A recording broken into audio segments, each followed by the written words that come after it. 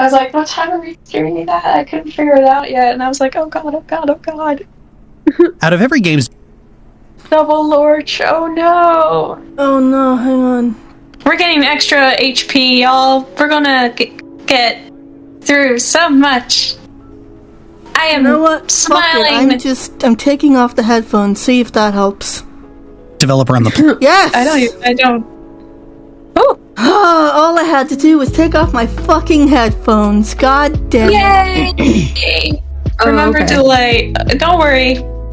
Don't worry. We got this. How do I fix do I need to fix the delay or does it matter? I mean, it's a Twitch. It's inevitable. Yeah. Yeah, it's a Twitch delay. Whenever I would react, whenever I was reacting to... I haven't even heard the words yet. Yeah.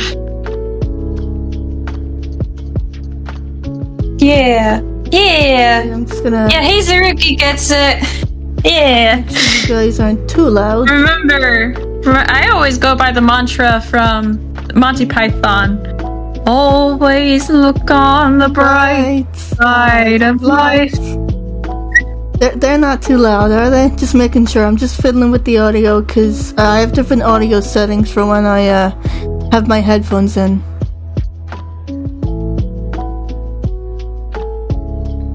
We shouldn't be. That's good. Are we loud for you? Let me just do the actual thing. Yay! We're so close, everybody! We're finally. How long has it been?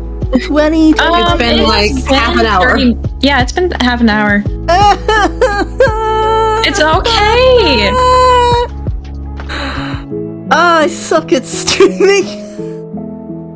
You don't suck at streaming, it's OBS is finicky. Yeah, we're trying to get more people right now. Hang on. Well, I'm trying to bring in more people. Hazuruki, help me out. God damn it! I didn't tell everyone. I need. Yeah, you tell them, Bree, in the Discord. Tell them that we're streaming and that I've finally gotten things to work, like a real streamer. First streams be like that. This is not. This is not my first stream. This is like my 5th. OBS is just mean. How do I help? It's midnight here. Leave this on.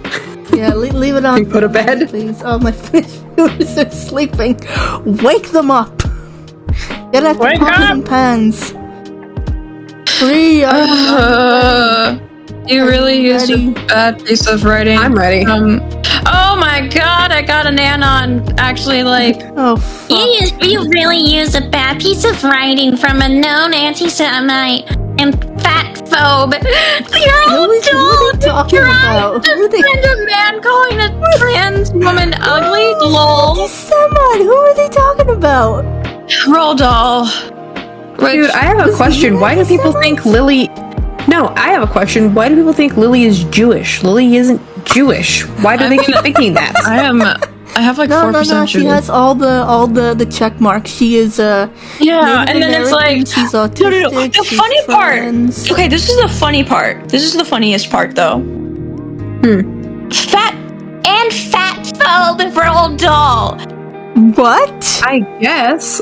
Didn't he have like a big famous quote where he says that even if you're it's like fat or like stereotypically ugly, if you have a I know soul. this. I know who this anon probably is. It's the one who was like, You're calling Lily a fucking ugly person because she's built like that. Oh my god! No, and it's like I reblogged saying.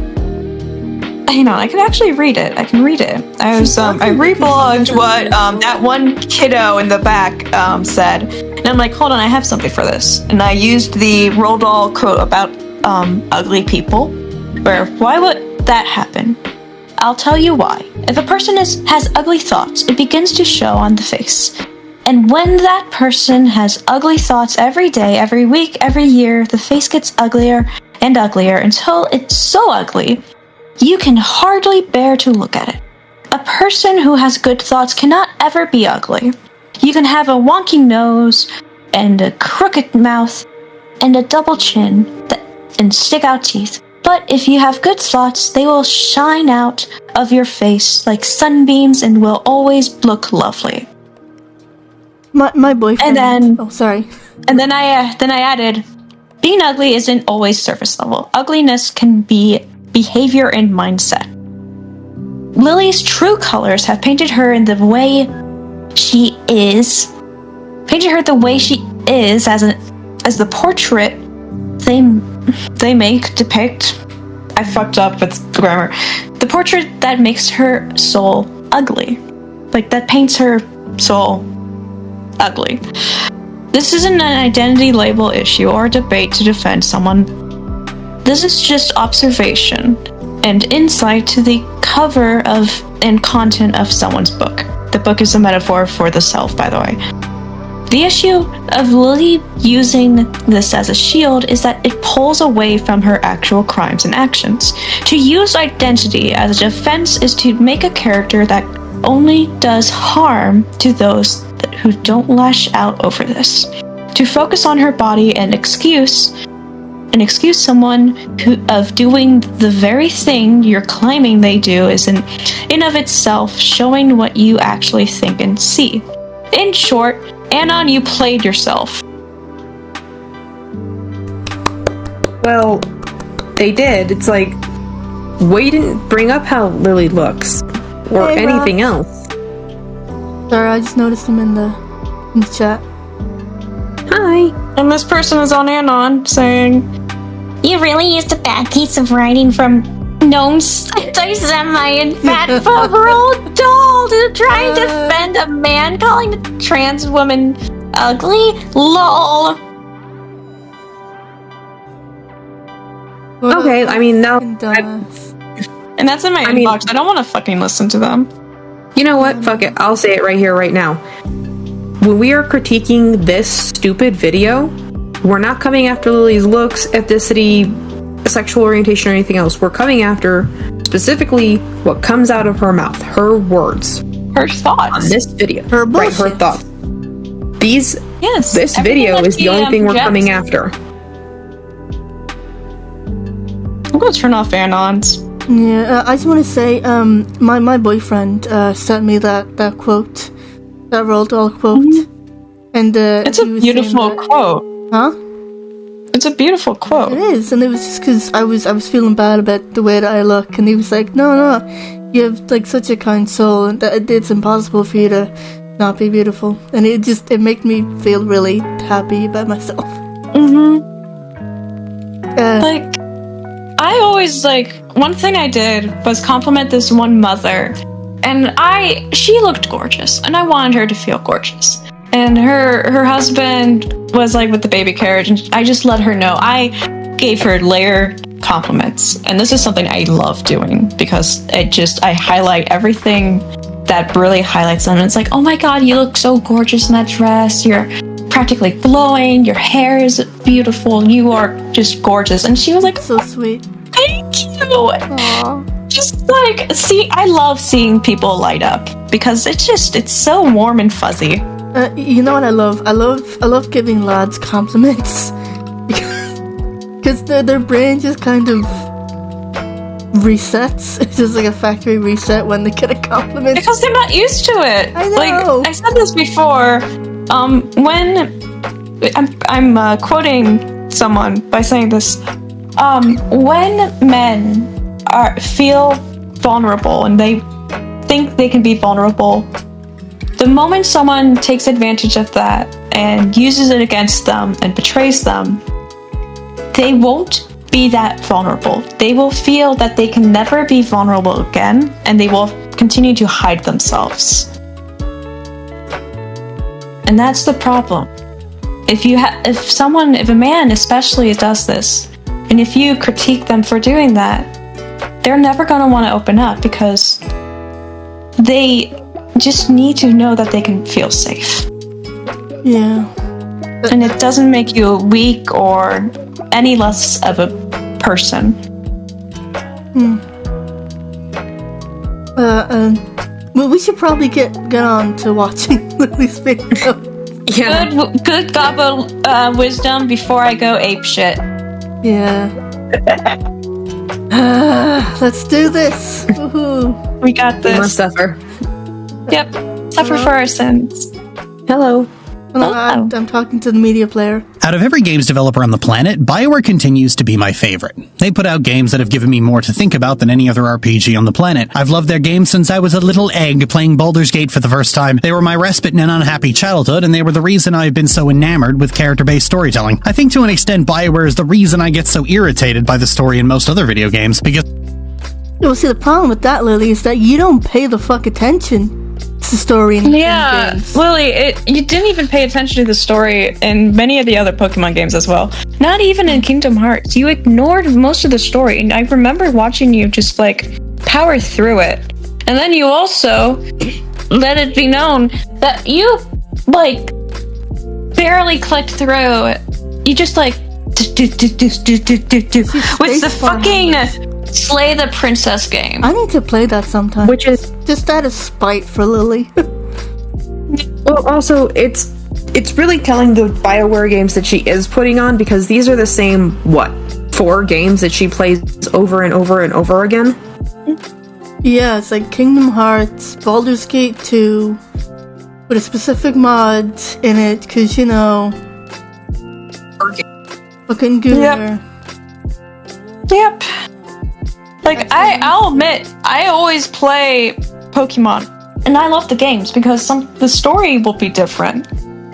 Like, sure, it's the same kind of layout, but the story and characters are always different, and they always have something going on behind them, and they have their own lives. They're not the same as the previous, and they're just unique. I'm gonna have, They're so well written, and also the recent games had Toby Fox doing the music, which Toby Fox. Yeah, no, the thing about Toby Fox is he's really good about character themes. He's really good at composing and making the right theme for the right character that just fits and screams them. Oh no, Automod!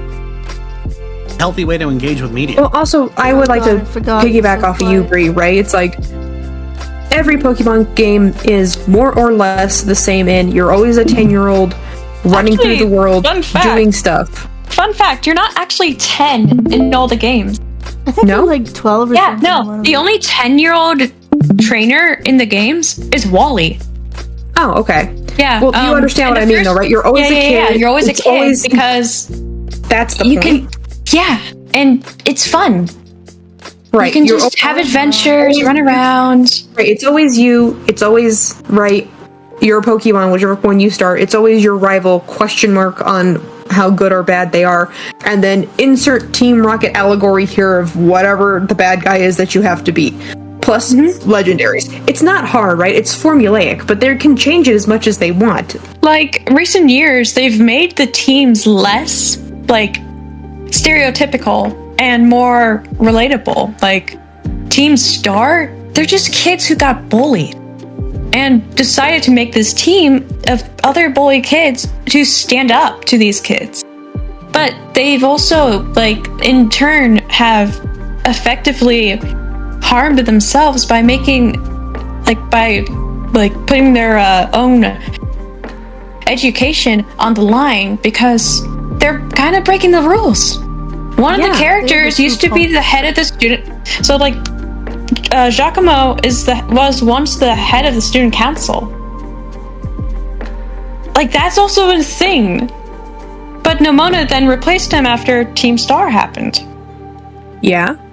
And I love Giacomo because I just love him. Look at him. And his name also translates to pineapple. Oh my gosh. And also another thing, that. Penny has a nickname for him, and she will only use that nickname with him. No one else has a nickname. She doesn't call anyone else by a certain nickname. Only Momo or Giacomo. Cute. She calls him Momo, and I love it. Okay, back to Dragon Age. And I No, wanna the show reason you- why I bring up the fact that Lily always plays the same games and she always picks the same paths and always makes the same characters is because you don't want to experience the story past the original that you experienced it in. You refuse. And you will also hack and mod the games to prove a point, like you did with Pokemon Sun and Moon. I Pokemon know Sun. you used a graphics modifier to get rid of the line art, because in the original games, they had line art, and it was all pixely. And you took that away to prove your fucking point! No, but you know what really fucking makes me You mad fucking lying about bitch! her modding the Pokemon games? She in X and Well, Y. I mean, if she was already gonna sneak in the Ralt, right, starter, of course she was going to start everything else. Which, because I've been playing Pokemon Emerald, I was able to catch a little baby Abra, and I was like, aw, it only knows one move. It knows Teleport. That's it. And I was like, when do you evolve to the next stage? I swear to God, I remember that there's 3 versions of you. Someone who has played these games way more than me was like, right, no, Abras, when you first get them, are ostensibly baby Pokemon. The one move they know is the only move they know. Yeah. So you have to carry them until they evolve to the next route. By their You know little what's my favorite sprite? Hold on. I have a favorite game sprite from Emerald. And something Lily never talked about is also the game sprite. This is my favorite game sprite! Look at the Hex Maniac! I miss her witch aesthetic! Bring it back! Let me get that up. Bring on back the screen witch so I can aesthetic. See. Also, I just want to show you guys the video that I have on. It's really funny. Look at her. She's so cute. Her little hat and her little cape and her She little has face. orb! And she's wearing boy shorts! Yeah. I love it! And now we just have Hex Maniac. Yeah. Okay, hold on. Haruzuki brought up a good point. Lorsch doesn't even like the BioWare writing in Baldur's Gate 2. She likes the mod writing in Baldur's Gate 2. The Which shitty means mod if that's writing. true... Hold on. If that's true, then that means Lily's never played past the first run of Baldur's Gate until she found the mod. It's always the modded version, which actually makes it worse. It's not fucking Sims where you could just, nope, I'm putting this mod in because there's no story anyway. Yeah, and then also Sims 4 also added their own, like, woohoo update, the Wicked Whims update. In a sense. But Wicked Whims will always let you kill. Kill what? What? No, that's it. That's the whole sentence. Yeah, Well, what can you do in Sims 4? lots of things. Okay, the whole reason I stopped playing was because I had a bunch of hair and makeup mods that made it look a lot nicer, and then EA decided, nope, you're not allowed to have mods, so then it made the game ugly again, so I just stopped playing. The key to not making ugly is to work around it. No. I know what I wanted. No, I admire a lady who knows what she wants. We gotta get back to the video. And I just wanted to show you guys what a true story enjoyer Lily Orchard is. Chapter 4, Mutually Assured Destruction. We're making progress. You're on a Chapter 4, mutually assured. Oh, shut the fuck up, all of you. fine. You make You know, She's this talking last about Yeah, no, it's a She's visual literally novel. skipping She just skipped. OG story like we're playing Dragon Age Veilguard on launch day. Oh yeah, this is my favorite. Oh no. Come on. I've been Oh god, I love that clip because it's so fucking funny. But it brings up a really good point, though.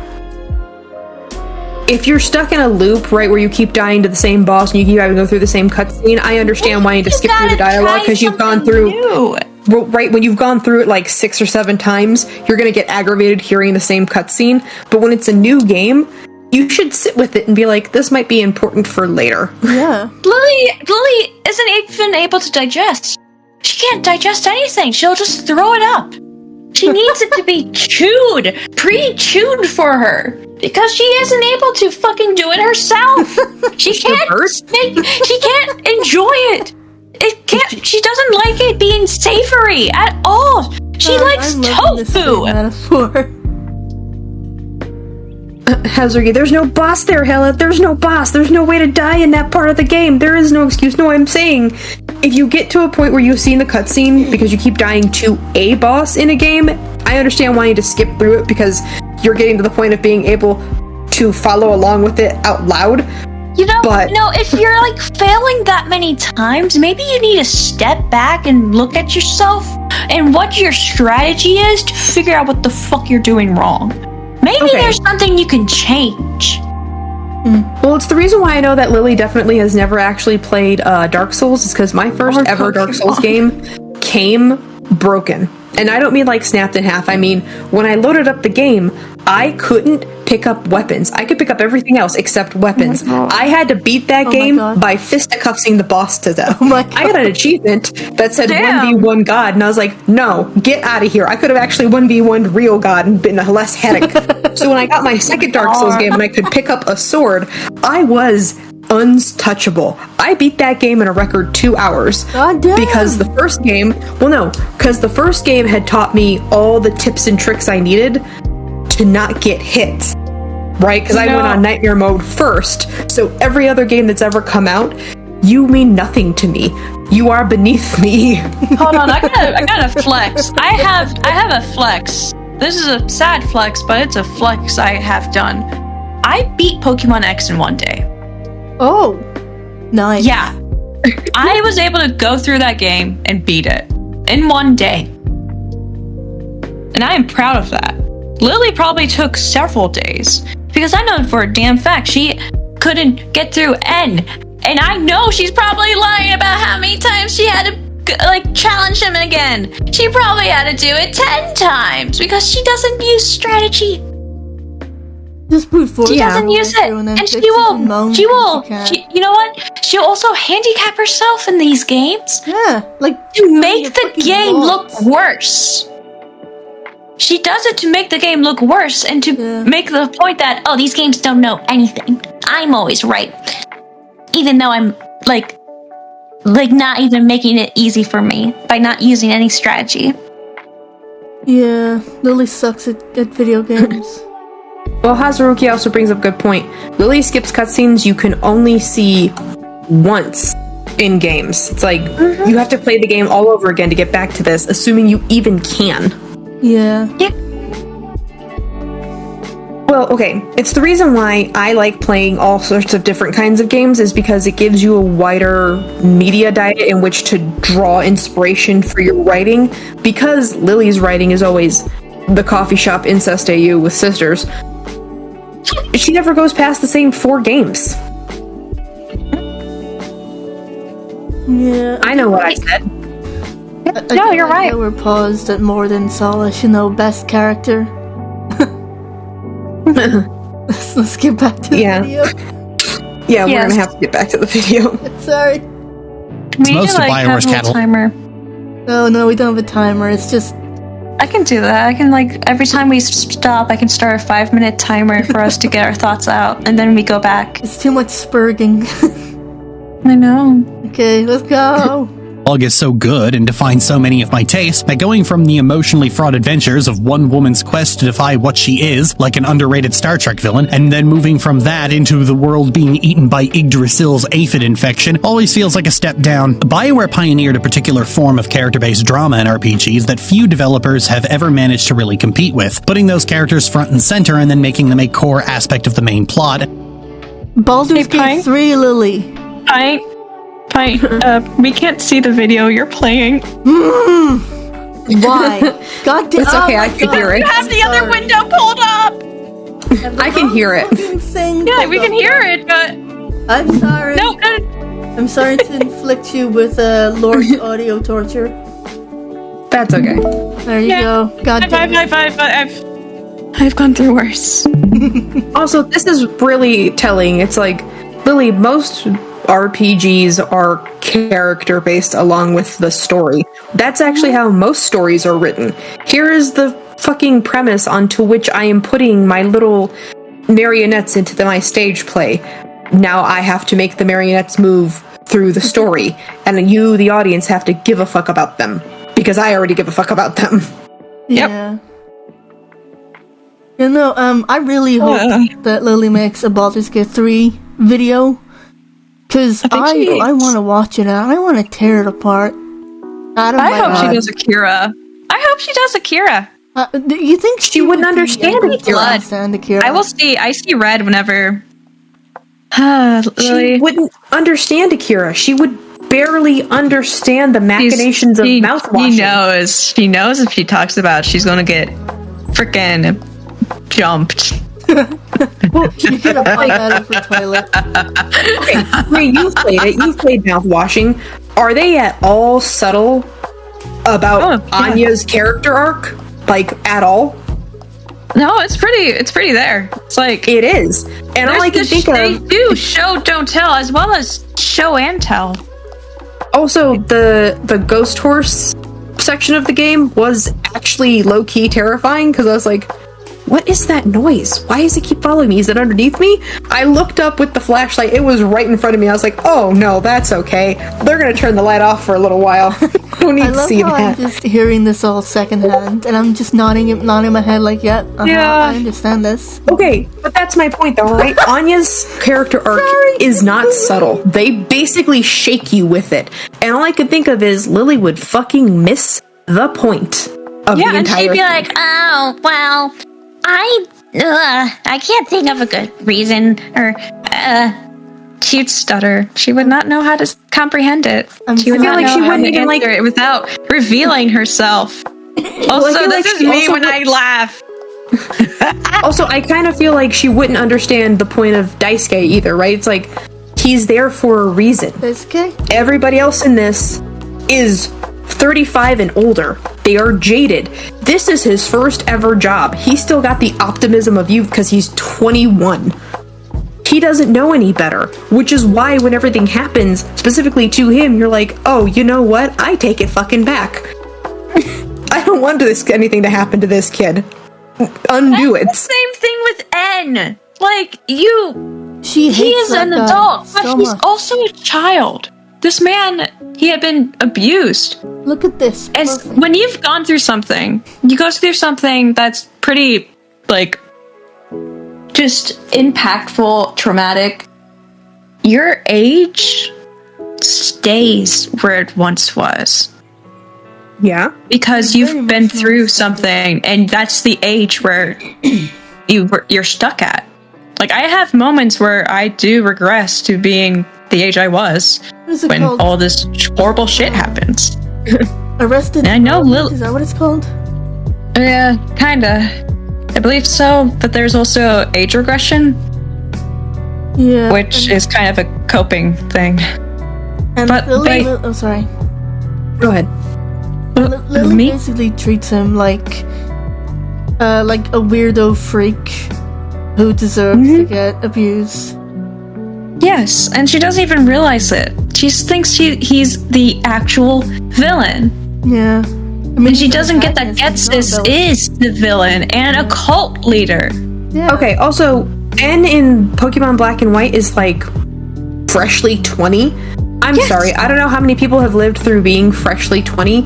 I'm gonna let you guys in as a 31-year-old on this terrible secret. You're fucking dumb when you're 20. Oh, yep. I was. I can confirm. I can confirm that. And especially because N grew up in such a harsh, toxic environment, mindset isn't quite solidified. There's still a little bit of growing that he can do. In Pokemon Origins, there's this YouTube series that's animated. You see him getting abused. You see him having to sit and watch these videotapes of Pokemon being abused and tortured. And N, fun fact, understands what Pokemon are saying. He understands it. So as a child, he's being forced to hear these Pokemon crying out in pain. It's basically like he has been through shit. Yeah, pretty much. But that's my point though, right? Your brain stops growing when you're 25. N is 20. There's 5 more years that can be used realistically to undo some of that damage. But, comma, asterisk, like note that's left for everybody in broad neon colors, that trauma will never go away. He can change, but that's not the point. The trauma will always be there. You cannot, fix it and replace something. It's not... You can't be healed. You can't be cured. You can't be fixed because they're gonna be there. Yeah. And they're gonna show up more later, sooner or later. You just can't get over it. It's not easy. The only thing Because it's gonna still be with you. The only thing I dislike about black and white is there's no option to hug N. I know, right? I know. I just circle him. That's my hug. I just I go over to him, I nudge him, and then I'm just circle around him. I'm like, baby boy, I will protect you. Well, it's also really telling When you're a because... big boy. Well, because I remember in her Pokemon video when she gets to Aloha, when it's the female, right, version of her, because Oh yeah. her looked like Lily, the game version. She's suddenly very sympathetic and understanding, but when N, who has also been going through abuse to more of an extreme, if we're gonna be honest, all of a sudden, well, it's his fault. How about you What are see? you talking about? He's internalized. So Yep. That's such a toxic mindset, though. it is. Yep. Toxic mindset. That name is Lily Orchard. Yep. Let's continue. We gotta get back to the video, okay? We are 45 seconds into this. Oh. In larger scale Fuck you, drama. In Lily. recent years, it's been common to claim that they've fallen off because of Mass Effect Andromeda or Anthem, and I object to that on two fronts. One, everyone loved Baldur's Gate 3, which was a BioWare game filtered through fanfiction level porn writing. You would No, keep fucking going, keep know going. that. You would No. fucking know that, wouldn't you, Lily? You would fucking know what fanfiction level of porn writing is, wouldn't you, Lily? That's all she writes. Yeah. Because might I remind you, and despite Lily's many claims to the contrary, Lily wrote Stockholm, a series of Yeah. I There's think 9 fanfics that essentially glorify rape and incest And grooming. and grooming. Yes. And assault. Oh, And I thought also- that was just kind of covered with the rape. Oh no, I just like to bring Also up extra pimping stuff. and Let's get the human list. sex trafficking. Another thing that I feel like is really important. This is super illegal what she wrote in Canada, Yeah. and it's also super illegal anywhere on a moral standing. Like, what's wrong with you? But see, Lily works on this this philosophy that Lily if it's- works? If it's legal, then it's fine, and if it's illegal, it's not But it's fine. not legal. But see, it's okay when she does it because she's Lily. and It's Lily's. everything It's bends Lily her way. Land. It's Lorch Land, where anything can happen, and I can't abuse you. It's Lord I'm gonna grab Okay. me another ginger ale. Oh God, Tosh. Yeah, I know. I That's why hate. I'm screaming. Where are you going? Grabbing a ginger ale. You can play. Oh, okay. And two, Okay, this but is not the that's first other time. thing, right? Oh, Sorry. never mind. Sorry. It should is No, go ahead. not that far away, so we're good. Take it away. Hello. Legally speaking, right? It's like a lot of stuff is illegal. Like murder. Murder is illegal. But also, morally, unless your life is also on the chopping block, there's really no reason to do that. Do you know what I mean? It's like, Yeah, that's a bad example, but that's the only thing I could think of. that's fair. Just because something is illegal. First. You know what you else can- was illegal in the past? Homosexuality. That's stupid. And that's because of the church. You know what's Yeah, crazy? definitely. It's almost been a decade. Yeah, It's almost been a decade since it was made legal. yeah. What a nice Woo, milestone. and they're gonna try to change it. Don't let them win. Let's go back to the video. Ugh, BioWare's been in a slump. sorry? This is my second bottle of ginger ale. I'm treating it like alcohol. We're gonna have to drag you away. No, it's Oh. good. I like ginger ale. My shot is still sitting here because I can smell the stink of the Elmo and Maud somewhere in this. I don't know where. It's somewhere in this. Somewhere. You can find it. You're going to be like a truffle dog. Which I just learned there's a breed of dog that does hunt truffles. Oh yeah.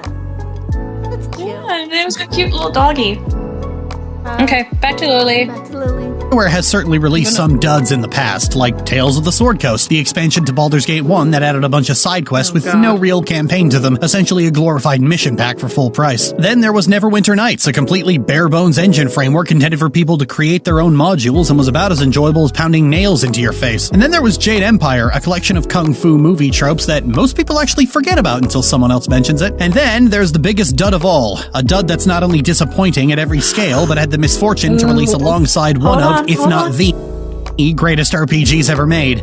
I'm speaking, of course, of Dragon Age. Okay. No. Shut your fucking Lily. mouth, Lily. Lily. Dragon Age is up there with Mass Effect as BioWare's most famous and well-regarded franchise. Also, a lot of Dragon Age fans were waiting very patiently between 10 Inquisition and fucking Vanguard years. because they knew that the story wasn't finished, because if you get all the way through the DLC, it is hinted that there's more to come, so we have been waiting very patiently for like 9 to 10 years. I need to go over this one thing. I'm sorry to cut. The fact that this white woman, I don't care if she claims to be indigenous, I don't think she is. He's fucking white. But this white woman, is calling certain moves kung fu movie tropes. Lily, shut your bitch ass up. Shut your white ass, crusty nail fucking Motherfucker. ass up. You motherfucker! You don't know shit about other cultures, and you wouldn't even know that there's other kinds of fighting styles. I do love the fact that she Lily. calls it a kung fu movie, and I'm just after looking it up. It's based on Chinese mythology. It's kind Yeah. of Right. racist to say that it's just like a fucking kung fu cliches. Well, actually, I did play Jade Empire. Depending on who you pick in order to go through the story, everybody has a different form of fighting. There's Shaolin Monk, there's Taekwondo, there is karate, not like that. There's also, like, the different styles, like Crane, Mantis, Tiger. Do you Muay see what I Thai? mean? It's like, huh? Muay Thai? Yeah, there's more. Do you know what I mean? It's like, depending on who you pick and what subclass you pick after you get to a certain point, you I'm can having build your flashbacks character. right now. Okay, so back before I got blocked by Lily, I sat through her streams, like combing through it to record information. This bitch, this white motherfucking bitch, Canadian bitch, had the audacity to claim that the Republican City is based on New York. Actually, it's based Not on based Shanghai. on, I know. It's based on Hong Kong, and she And had Shanghai. the audacity, Ah, yes, the say it. very and much she Asian-inspired Avatar she says world. the fucking Avatar spirits are based on Christianity. They're really not. They're actually What? based on a lesser-known form of Taoism and all of that mythology, which most Westerners don't have access to. Sorry, That's the point I was getting to. Hella. That's the point I was getting to. From Japanese This mythology. woman. I tried to even say, hey, no, it's Taoism. My fucking comments were deleted. Oh, of course they were. How dare you? And then disagree it's with like, Lily. well, why can't I just say this shit? Lily, you're white as fuck. You barely even got like a fucking brown by a fucking toaster. You are whiter than white bread. You're whiter than mayo. You are whiter than fucking snow. He's fucking Cockblocker. translucent, that's how white she is. Okay, but like that's the point. Like I've been very slowly chipping away at her Legend of Korra video. It's a lot to get through 2 hours while making better points. You want me But- to tag team with you? You might have to, because I've only gotten like 15 minutes in, and I'm like, oh my god, I'm working on this for like 6 months. I'll help you out with it. Oh, Okay. Well, here's the thing, though, right? Because I cheated and watched the video all the way through before. So, and I also dunked on her original Legend of Korra video. It's not like they just grabbed fresh new writers right out of college to write the Legend of Korra. The same two original people that wrote Avatar came back for this one. Yeah. Yeah. And you know what's funny? So the part, I think it was season 4, where Katara is helping Korra recover and heal during oh my god, it was some kind of therapy. She talks about how Yeah. Aang also Yes. Okay. Hang on. I got it. So,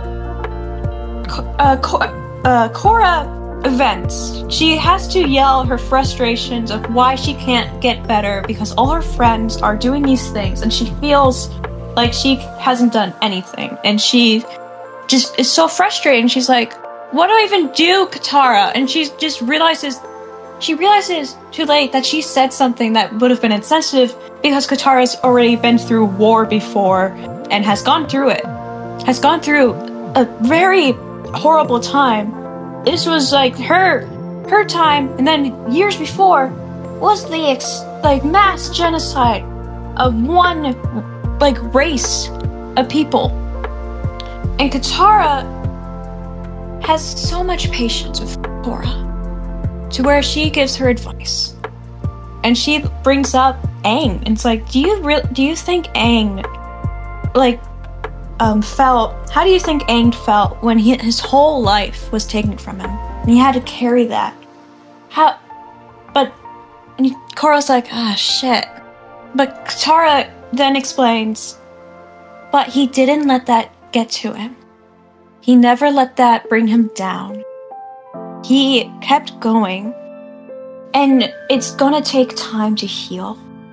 And that is such a beautifully good exchange of how to handle trauma. So Lily then pauses it, goes, fuck you, fuck you, fuck you, fuck you, fuck you. That's not how trauma works. You can tell Imperialist wrote this. And I'm just sitting there like, what the fuck? Well, no, that's how in general trauma works. It's like, you have to do this every day and take baby steps. And I promise you, it's gonna fucking suck. It's gonna suck. But when you look back on it, you're gonna see how far you've come. It's really shitty. Yeah. But it gets easier. Yeah, Lily, just because you're allergic to the idea of recovering from trauma and, improving yourself as a person, doesn't mean that everyone else is. And Lily, just because you claim your trauma healing was different, doesn't make it a universal experience, because people handle trauma differently and go through trauma differently and heal differently. You have done so much shit that proves that you haven't gone through it. I would also like to point this out. I don't think she's actually gone through any kind of therapy, because a therapist worth their salt would have a long time ago gotten her on the fact of, you have to untangle yourself from your family and all the family drama you've already grown up past. Oh yeah, definitely. I actually had to do the math and figure out if she's actually paying this much for therapy, because she claims she's paying in 100,000, 10,000 something. I had to do the math. I had to look up the price of therapists and therapy in Halifax, and then look up the ones here. In the US, it costs 125 clinical hours per appointment. So if you're doing 1 hour, it's going to cost 125. But in Halifax, it's not 125 per hour, it's 225. Yeah. So I had to do the math, and it's like, Lily, how many times a day are you going to see her? 225 an hour? What the fuck? So usually you get 1 hour. And if Lily is claiming that she is seeing her therapist so many times, she's seeing in every day of a year, she would be paying 80,000. And I know for a fact she doesn't have that money. I know. Okay, let's even run the numbers, right? Because an hour is about as much as they do. So let's say that she sees her once a week at 225. right? Like, we'll just do times 7, because that's easier. That's 1,575, 74, 75, 75. Right there for the week. For seeing her every day. Now then, 1,575, right? Let's see, times 4, because there's 4 weeks in a month. That's, carry the 3, that's $6,300. Jesus Christ. $6,300 a month for 12 months is... Give me a second, I'm trying to math. I just did the general math. 75,000... Either 5 or 600. Hold on, my math is fucked up. $75,600. There we go. I can math, I promise. Yep. Yeah, no. I was a coder. Oh, Yep. God. So, let's just round this up to what Bree said. $80,000 a year? Are you serious? That's a whole... What Bree said. $80,000 Paycheck a That's year? a whole yearly paycheck for somebody. There's no way. Yeah. We know you're lying, Lily. Because if you had a therapist who was like enabling your behavior and saying, Oh, you're okay. This is a great thing to do. You should totally be venting your frustration in your videos. If you had a therapist like that, you would need a new therapist. Oh, definitely. You Dude, don't I go to want therapy a once a yes week. man. You don't want a yes man for a She therapist. doesn't want a therapist. She just wants someone to just give her loads of compliments, tell her that she's never wrong. She wants to fuck herself. Ew. Okay, but right, it's like I go to therapy once a week. Shout out to the family private insurance. Yep. I know I'm very privileged. Right, but I go because of a bunch of different reasons. But when I explained to my therapist that I was starting a YouTube channel, first thing out of her mouth, right? First thing. I would really appreciate it if in order to do a YouTube channel successfully, you keep all of the things that we talk about in here and don't vent it to other people because you'll get unhelpful advice. And that was it, right? I made that promise to her and I've never vented because, no offense to your audience, right? Right. I don't know you guys. You don't need to know my struggles. It's entirely fair, honestly. I mean, that's why I don't like the idea of trauma dumping. Like, the thing that Lily does so much. Like, I don't do it in, like, a video. Oh, yeah, no. If I like, feel I need to get something off my chest and process it in a way that's cathartic, I do that in a tasteful way. I don't give names, I don't directly, I just show a feeling. Yeah, no, I just meant... Because I don't want to be vulnerable. I don't want to feel like I can't be vulnerable. No, I just meant the way that Lily does, you know, where she'll just go off on tangents about personal issues, and it's just like, no one asked. She'll then also use real people. You're not your therapist. Like, the audience is not your fucking therapist. Here, it's a good thing, right, to tell your friends about problems you're having, but you also as a friend have to realize, hey bud, my guy, my sister, my brother, in degeneracy. I am not qualified for the problem you're presenting me. You need to talk to somebody, right? Yep. We as a society need to get into the habit of, oh, this is way above my pay grade. You need to talk to somebody else. Yes. Yeah, sorry. And we shouldn't have to be afraid to see someone for that. Yeah. I'm just looking at Mohammed's comment.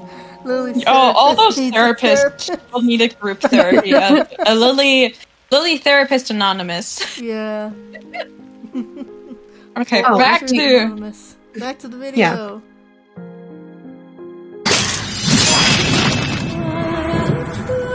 Music is so beautiful. Dragon Age has always been the redheaded stepchild of the Bioware RPG family, always hanging around and never really being as well regarded as all of its siblings. What with their Actually, redheaded stepchild is a slur that was originally coined when the Irish were coming to America. It was to indicate being lesser. Oh boy, do I get to be mad at Lily for racism reasons? Yes. Yeah. Yay! Get the potato peelers, lads. I'm coming to fight her. I'm also of Irish descent too, so. Oh hey, fellow potato. Sorry, I'm of German descent. I don't have a stake in this. Get out of here. I'm also of Slovakian descent too. Go back to Berlin. Yeah. okay, bye. Just kick you out of your own stream. Here you are, lads. Okay, Hazuruki, we can add another terrible insult to the list of things Lily has said. Oh yeah, redheaded stepchild. Wasn't that like a thing with witchcraft?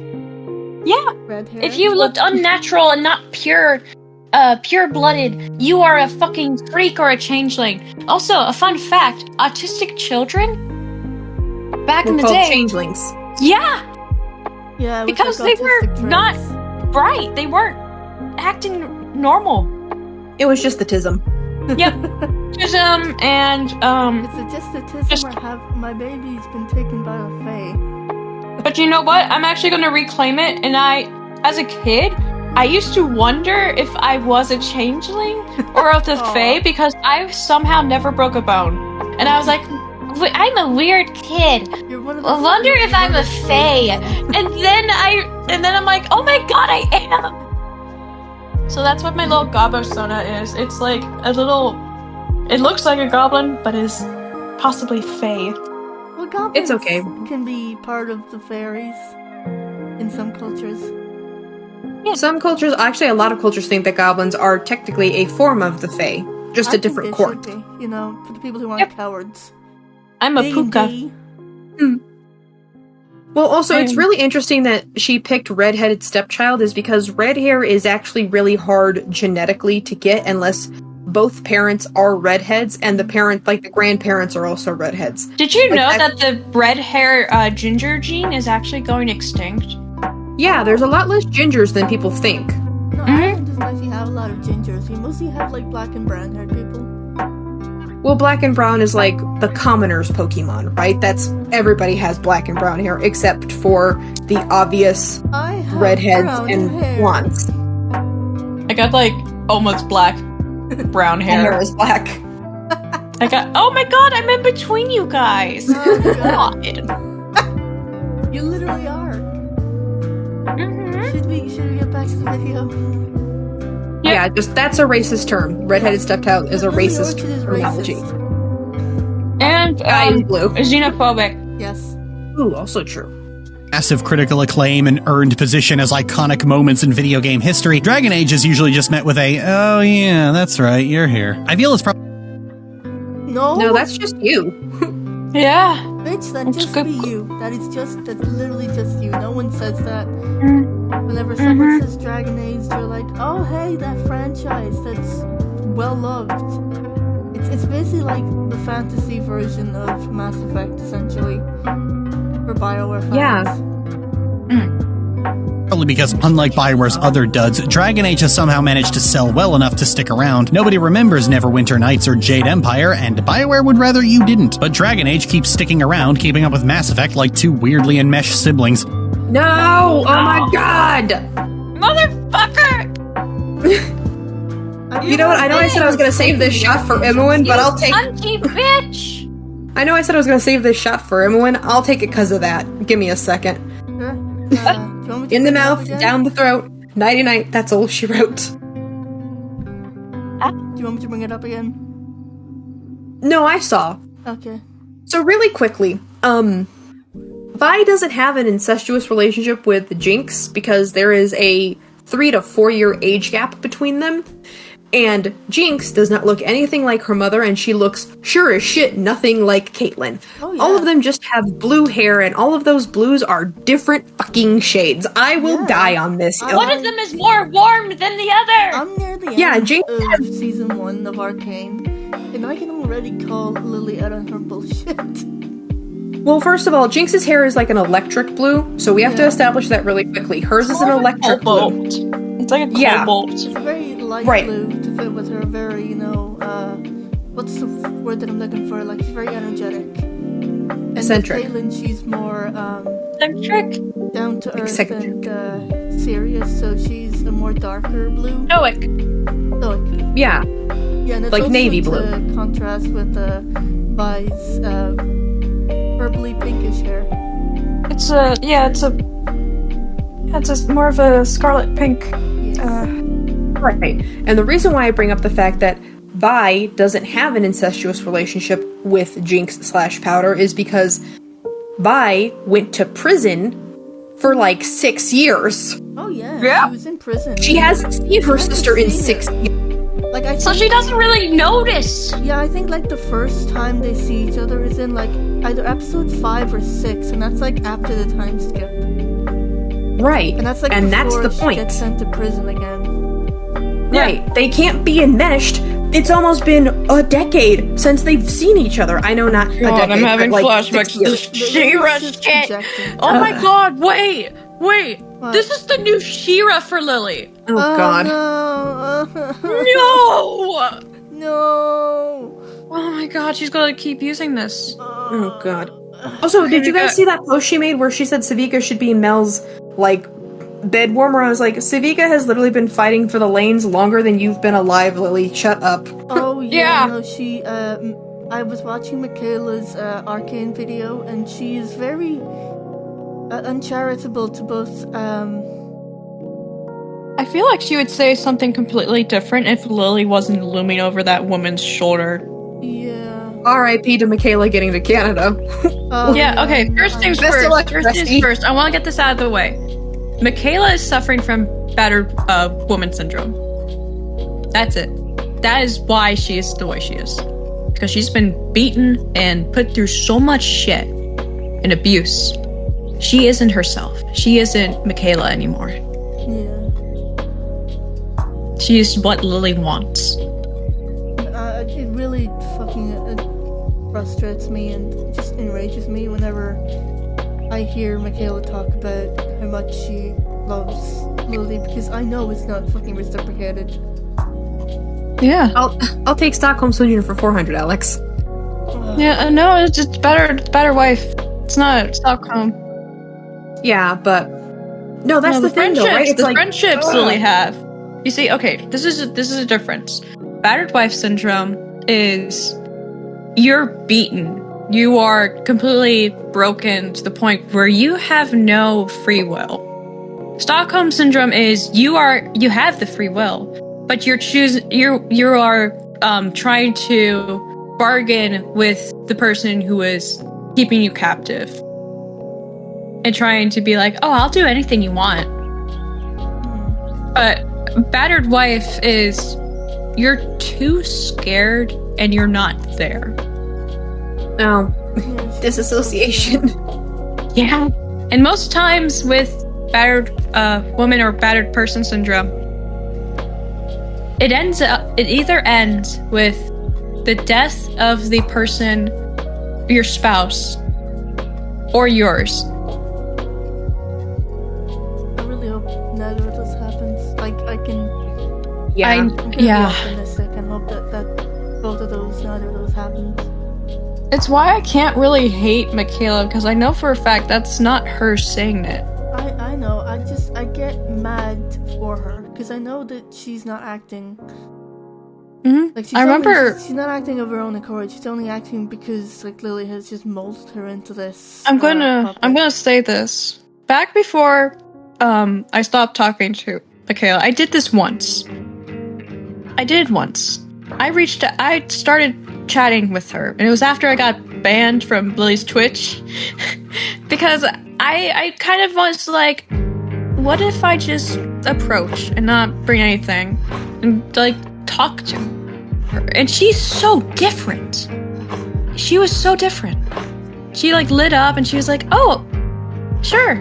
And like she even was like helping me with our stuff. And I was like, holy shit. This is a completely different person. And I got blocked. And I knew for a fact that she either misclicked out of panic or because Lily was going to see it. Because I remember after talking and then I just see, oh, next morning, Michaela is following you. Oh, I check. Huh? I got blocked. So it was a misclick. And it was a panicked one.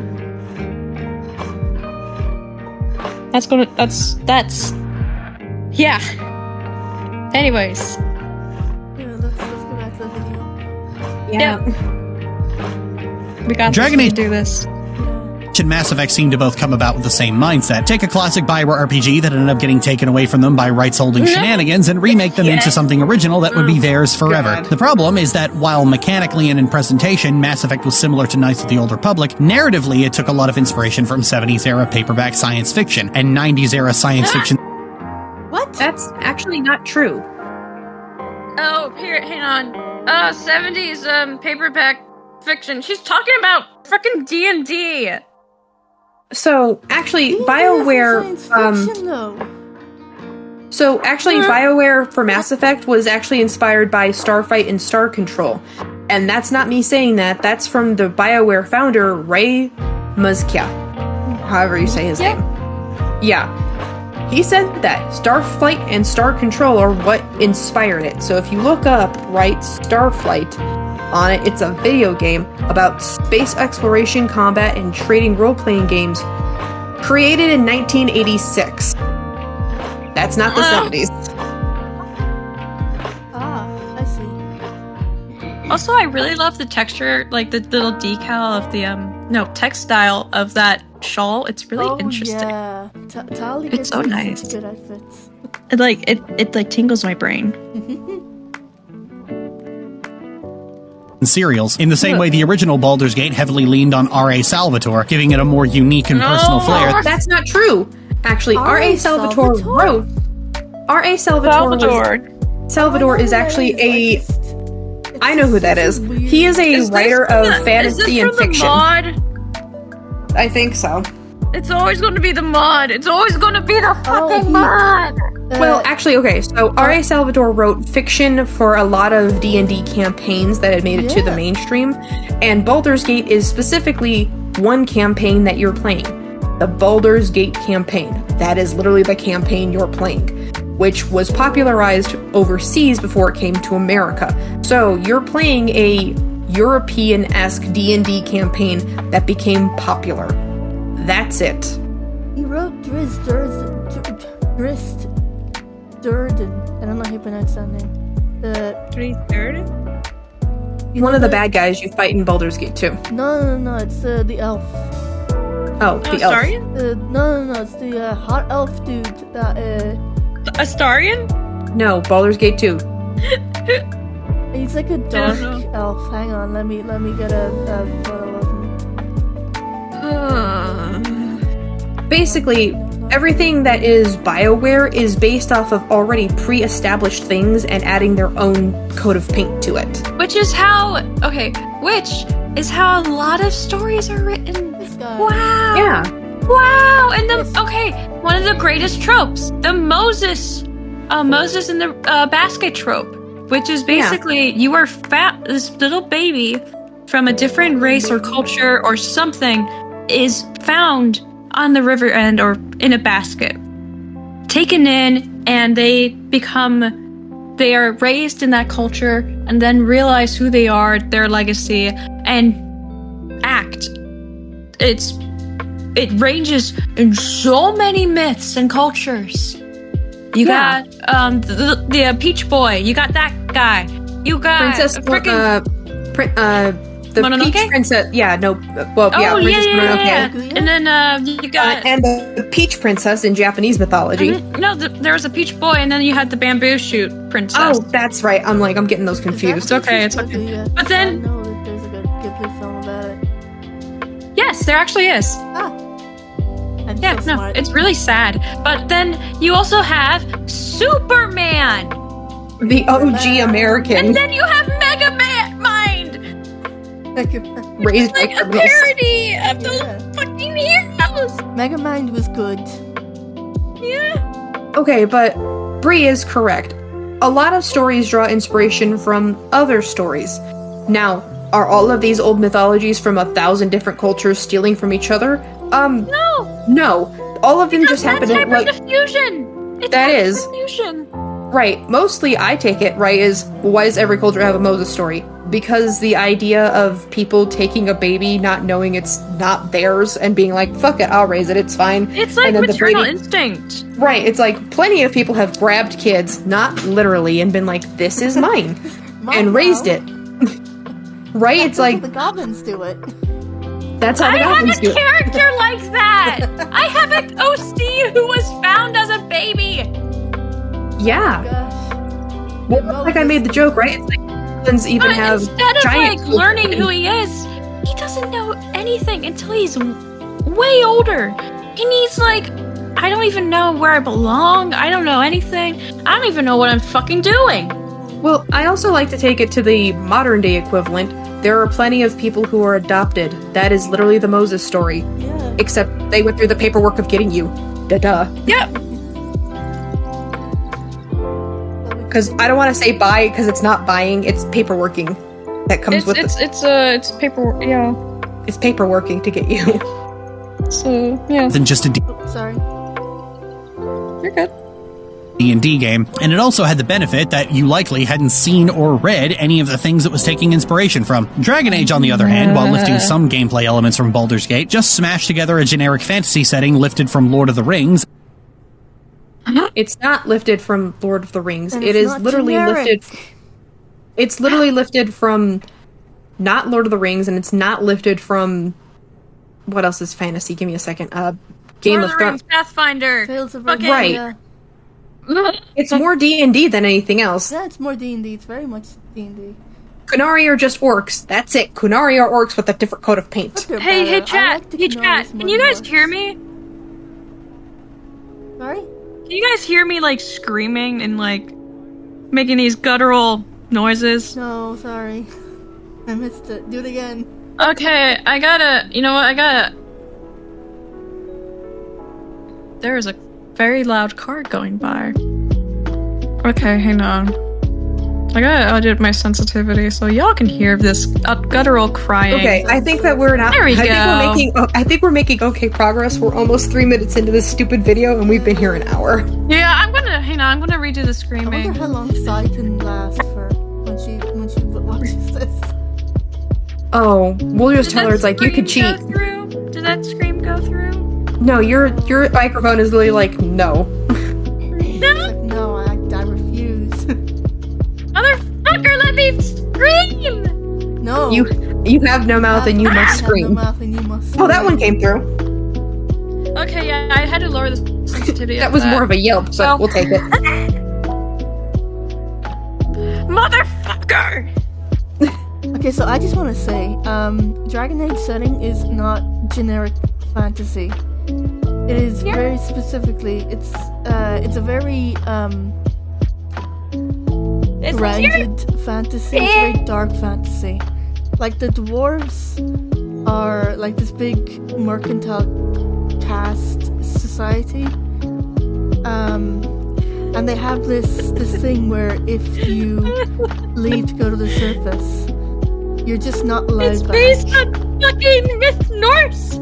It's based on Norse! They're so cool. And then you have like the whole thing where because of the darkspawn, Which is the dwarves- main antagonist in Yeah. this specific Dragon Age game. Yeah, and because of the darkspawn, the dwarves are essentially a dying race. They have like 1-2 cities left,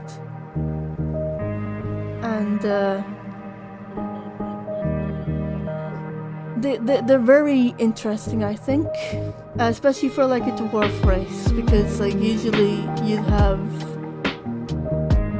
dwarves be very honestly, I think they're very boring usually. But I love that dwarves in Dragon Age are essentially a fallen empire. Because usually you would think that would be what the humans have, but the humans have the big sprawling empire. Cities. Well, not empire, but like they have Ferelden and Yeah, Or, open like- a bottle. I'm gonna open a bottle with you, Hazuruki. yeah. Well, I would also like to point out that because in Dragon Age Origin, we are actually told specifically that the Dwarven kingdoms sit on top of where the Darkspawn come out of, so they're usually the people that have to deal with them the most, and it's aggravating. Which is why we spend so much time with the dwarves in Origin, because that's where they're coming from. Yeah, and it also is what led to the whole dwarves becoming more infertile due to It's radiation poisoning. yeah, essentially. That's the allegory. It's poisoning. what happens when you work near radium and all that shit. Yeah. It's because they're extracting that fucking shit all the time, and it's affecting their own genetics. Yeah. Right, I always like to tell people when I try to explain Dragon Age games badly, it's like, the first one, you become a plague doctor to defeat the evil plague that is being spread by the evil plague witches, and they're like, what? I was like, when you play the game, what is Dragon Age 2 about?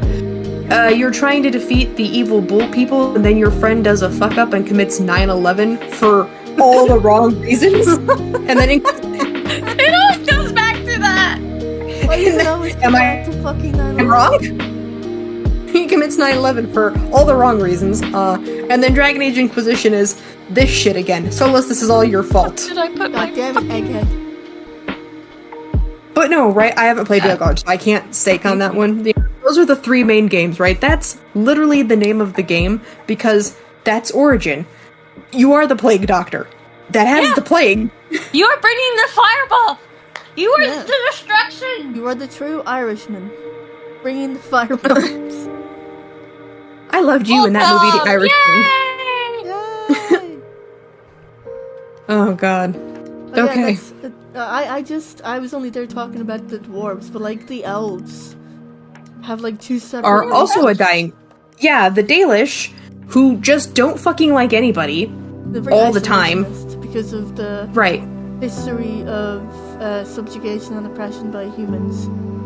And then the city elves, who thought, okay, I'll just run away to the city, it's gotta be better. No, wasn't you've better. traded living in a tent it's for living in the not. ghetto. It's They're not living gonna be ghettos. better. Well, because humans are racist in all of these fantasy stories. Let's just get that out of the way. That's I mean, a they are. staple. I mean, they're like Is there any real kind of people. race They're like in, real people. Dragon Age that Yeah. isn't racist. Well, that's like the main point, though, right? Every fantasy world. Yeah. If there's any, Yeah, Other it's not people gonna be. who are Oh, we're racist. gonna be friends forever. That's we're gonna the be problem great, that I and have we with won't Bellegarde, we won't where get into there wasn't fights really ever. feeling of that good old fashioned Dragon Age racism. I'm gonna say this. The one main antagonist, the one pushing force of why there's so much fucking chaos in the world of my series, is because one character was really tired of everything being peaceful and quiet and decided, you know what, I'm gonna fuck some shit up. I'm gonna commit a genocide. Fuck that gonna cause shit. problems on Because I purpose. am getting paranoid. Like, I'm getting paranoid, and I don't want one of these fuckers killing me. So, fuck them all. Okay, so in the Gothic horror that I'm writing, which I gave to both of you to just, as my alpha readers, the main character is... No, that's okay. I'll just tell chat, because chat will understand this. The main character is a half Navajo, half white woman. The white side of her family is where all of this fucking problems are coming in. She inherits this grand mansion and all of this money and all the problems there within that come with it. And I don't shy away from the fact that her very, very chalk walker white relatives don't like her because she's native, because she's not them. I don't shy away from it because this is really important to her character growth of her being like, you know what, fuck these guys. Fuck them. I know what I'm about. I lived 10 years without you, I could do it again. This. Okay. Like, But, as long like- as it's done right. As long as you're able to do it right. Oh no, You're not like Lily. you've And not like Lily. The dreaded phrase, it works if it's done well. Lily hates that. Yeah. Well, no, okay, Gobble, you were gonna... She's jealous it does, because she knows her writing is shit. Well, Bree, you understand what I'm saying, right? It's like, yes, from very affluent white families, having a child, no matter how they're related to you, that's not white, what does that say with the society of rich, hoity-toity white people? I'll wait. I'm sure chat has an answer, too. Yeah. I know that. Oh no. Oh, I also have OCs who are like that. That's Damn, I the wish point, I though, could right? I wish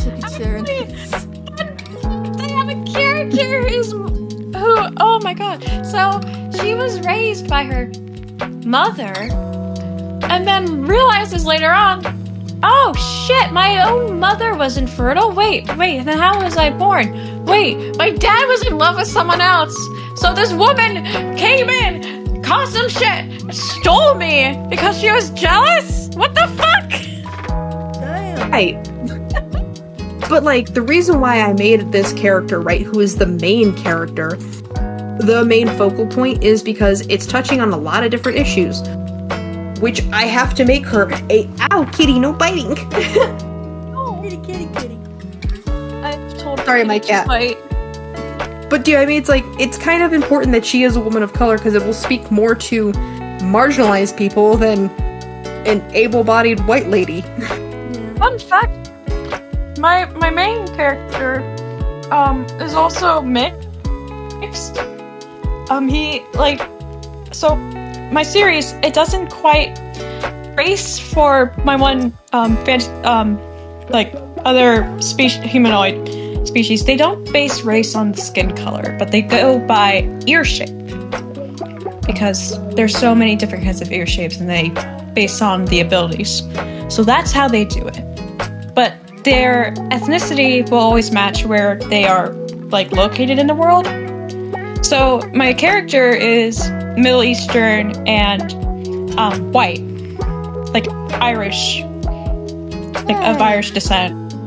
So, and also either European or Egyptian. I forgot which one, but it was around those areas.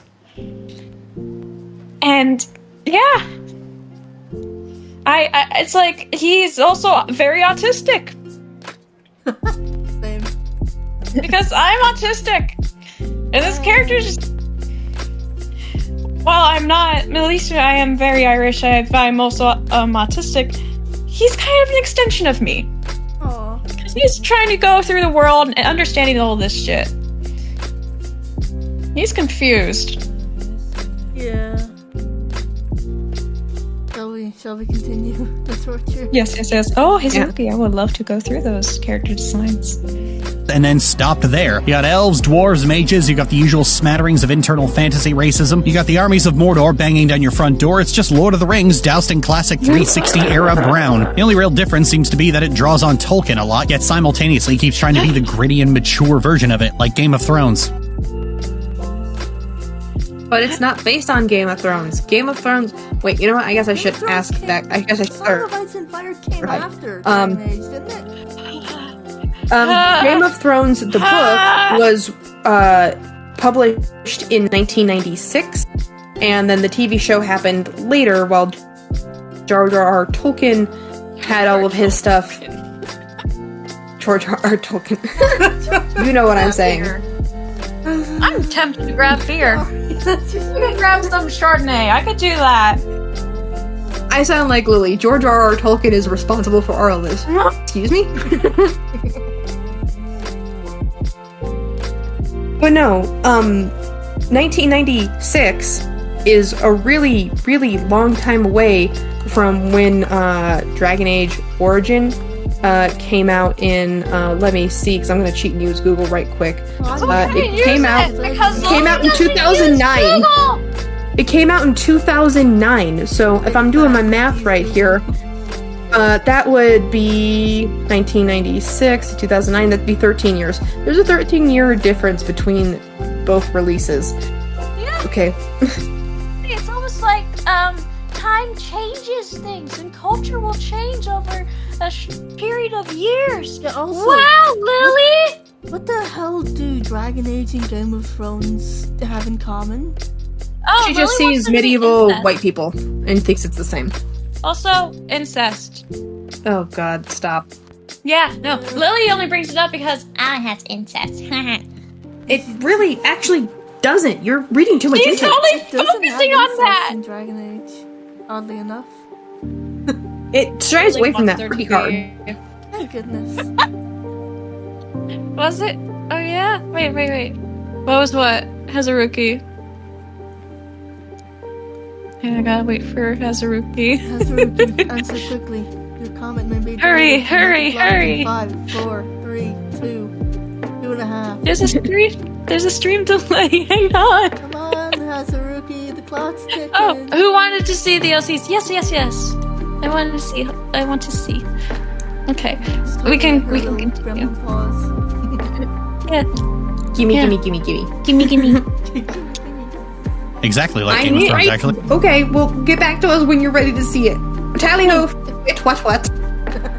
Like, Dragon Age's problems are numerous. Some are limited to only one game, and others are series-wide. The franchise has had an identity crisis since it began, trying to reinvent Infinity Engine games at first, and doing it terribly, before going in a more action-oriented direction in each subsequent game. It recycles characters between games, but never the good or fun ones. Hold on.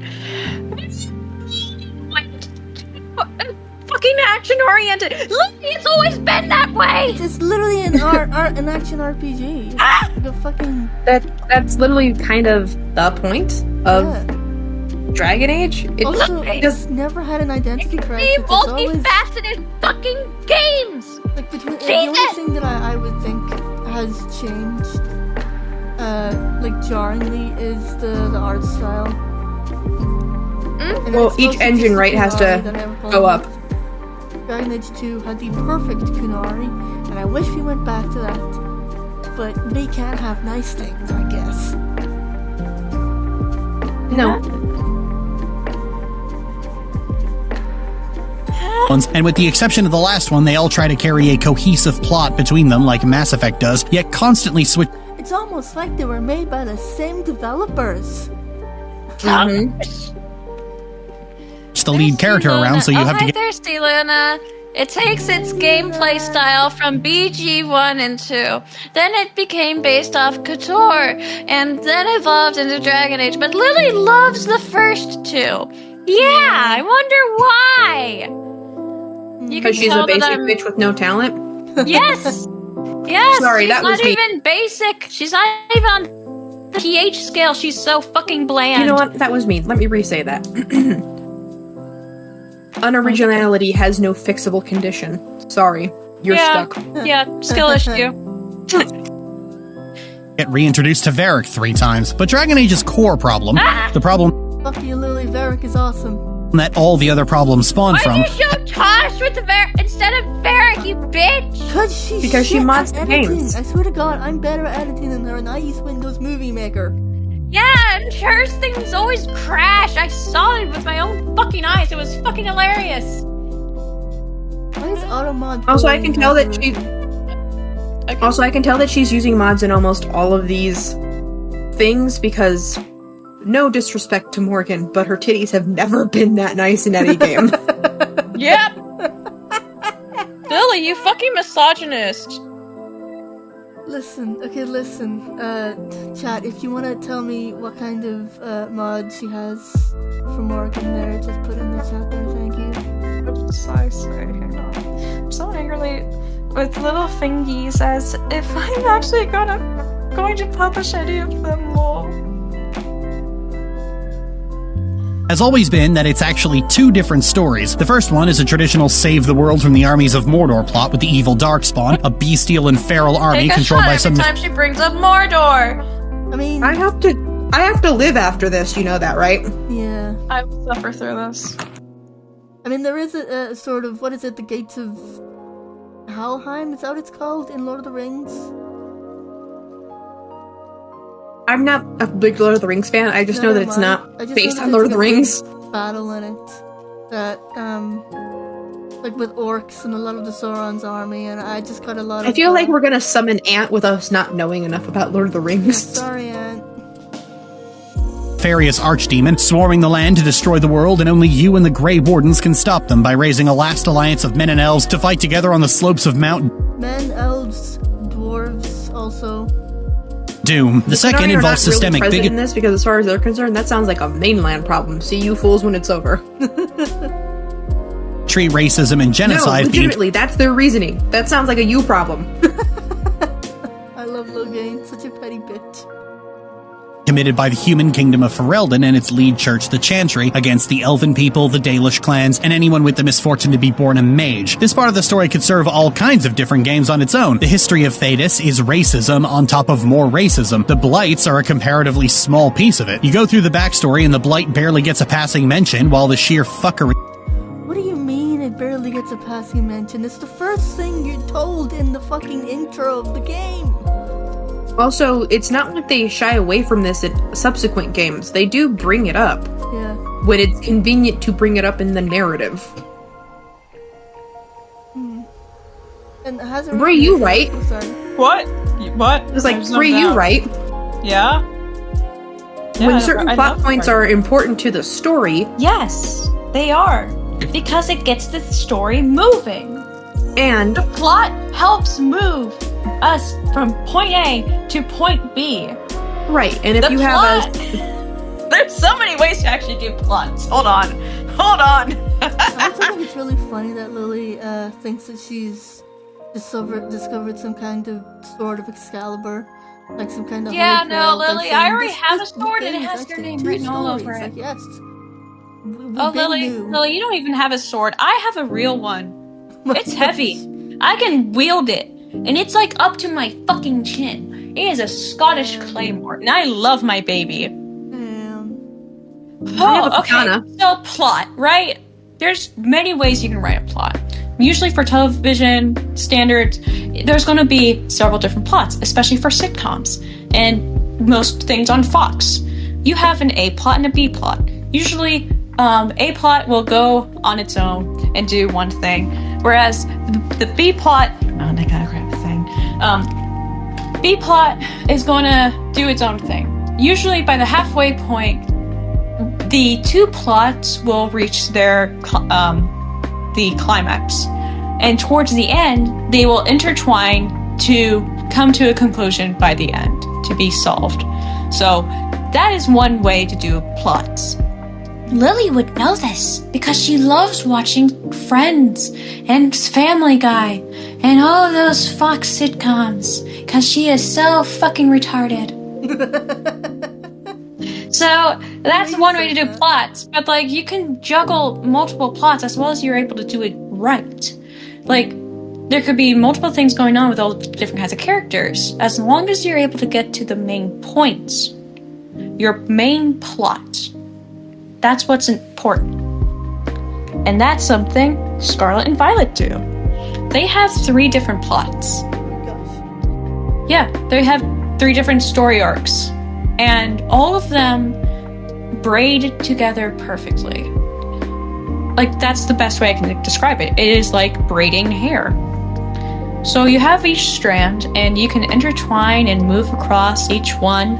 And once you defeat one of the characters who's actually the focal main plot for the whole game, you are having to defeat 2 of the other characters to wrap up and get this main plot to the end. And it's good. It is so good. Lily wouldn't know that because she doesn't care.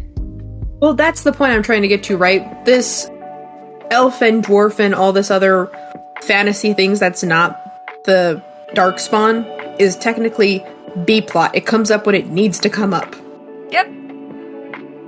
It's B plot, it's C plot, it's D plot. It's all the plots. Except A. It's I'm sorry, I didn't realize. I did not know that my friend Rudy was watching. He just text messaged me, "Girl, you don't have to call it the fact that she modded her titties like that." I am gonna call it out. Like, you can tell that every game that she plays, she mods the fuck out of it. Look at the lighting. She modded the lighting because her eyes are so piss poor. Lily, I you will should still get your eyes checked at a fucking Walmart. They have like an ophthalmologist Optometrist. thing. Optometrist. Optometrist, whatever. Words are hard, okay? It's hard.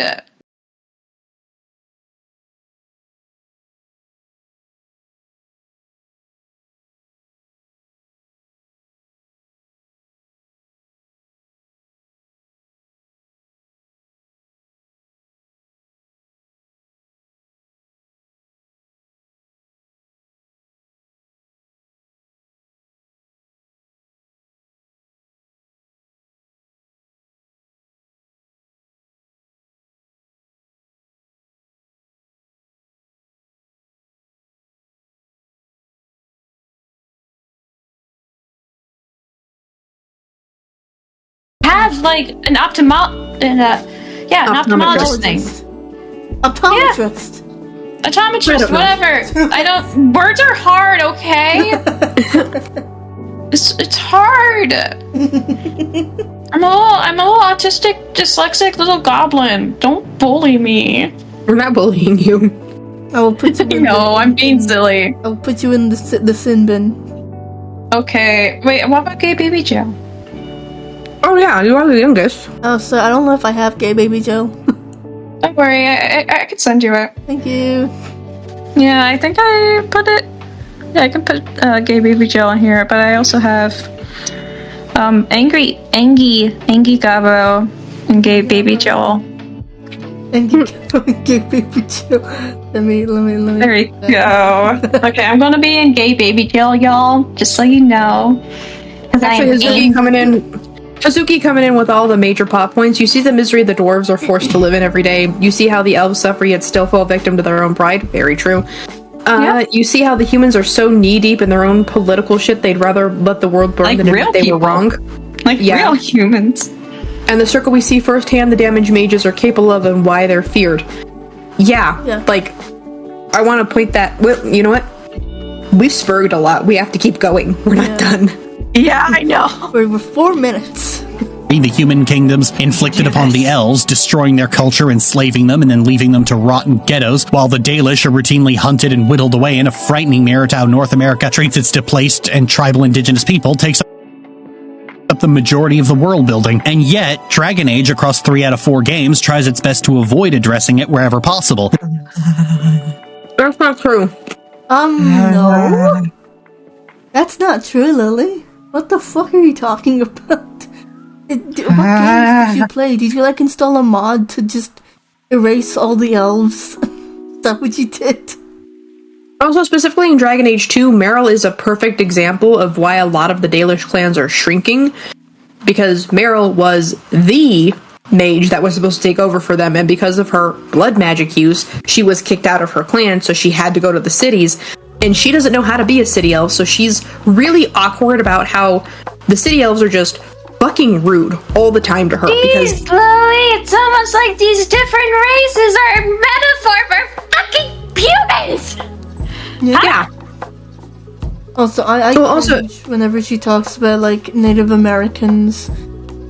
I cringe when she talks about being American politics. Like, Jesus fucking Christ. Get a fucking life and get out of my fucking country, you harlot. Why doesn't she just move down here instead of Michaela moving up to her? Yeah! Exactly. Lily, you suck our dick so fucking much. You should live down here. Oh, she wouldn't like it. She wouldn't be able to get by on... res. No, she would actually have to get a for real job because there's no handout. Yep. We have to suffer, Lily. I feel really stupid. Fucking but Nepo it took me baby. a second to process what JOB was. JOB is a job. I know that now. Oh. It took me a second to process what you meant. This is what Thirsty Luna says. Lily wants to cure racism in the game by killing the bad people, but systemic issues aren't that easy to demolish. Lily, you can't just rip and tear and kill your fucking problems. That's not how adults do it. Grow up. Oh yeah, also, Hasaruki brings up a good point with the Dalish. They're not hunted by humans. Only the Dalish mages are, because, mages in Dragon Age are susceptible to being possessed by demons. Right, and also, only really the Dalish have to worry... Well, actually, both City and Dalish have to worry about this. To Midter slavers actually have to be really sneaky to get into the cities that they're in, because they can get kicked out because everybody knows you're the slave country. Why else are you here? Wait, are they the country that sounds French? No, that's Orlais. The French. French. I'm sorry, I have that sticker, and these two have seen it a lot, just religiously, anything French. The French! The French! Okay, I just realized I know what I'm talking about, but nobody else knows, so just for teehees and ha-has, I'll give it to you just so that way chat can understand how aggravated I was when I made this. The French. Let me see if I can. I can't. There is no jailous genocide. There used to be in Orlais. Oh. Don't let me The save French. it. God damn it.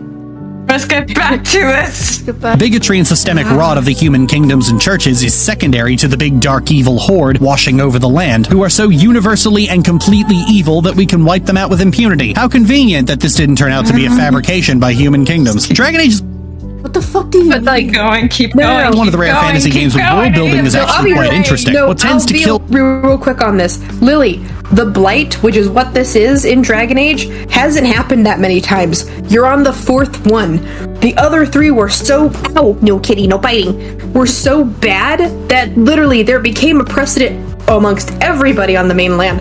When this is happening, we're all gonna have to take a pause on everything because this is kind of more important. That's it. 5th Blight, yeah. Hazuzuki coming in clutch. I was like, I have to, Yes. I have to be real. I am the cat. I have possessed the cat. I am Okay. frustrated and I need to bite. yeah, she wants something, so keep going. I'll be right back. Okay. Damn it. completely evil that we can wipe them out with impunity. How convenient that this didn't turn out to be a fabrication by human kingdoms. Dragon Age is one of the rare fantasy games with world building is actually quite interesting. What tends to kill the world building of most fantasy games is that it's Really? usually about the gods and the cosmic shenanigans that make mortals look like puny ants and is so far We need to pause. We need to pause. This is my cup of tea right now. Lily! You like the world building, do you? Then why don't you fucking talk about it? Oh, there's coercive world building for a series that like works on the episodes months in advance during what is the freaking work time, the process of the pipeline takes years. And guess what they're animating? Guess the style of, I'm gonna bring this up, Steven Universe is a hand-drawn frame-by-frame animation. They did not use rigs, they used drawings. It's all drawn. That's why it took so fucking long.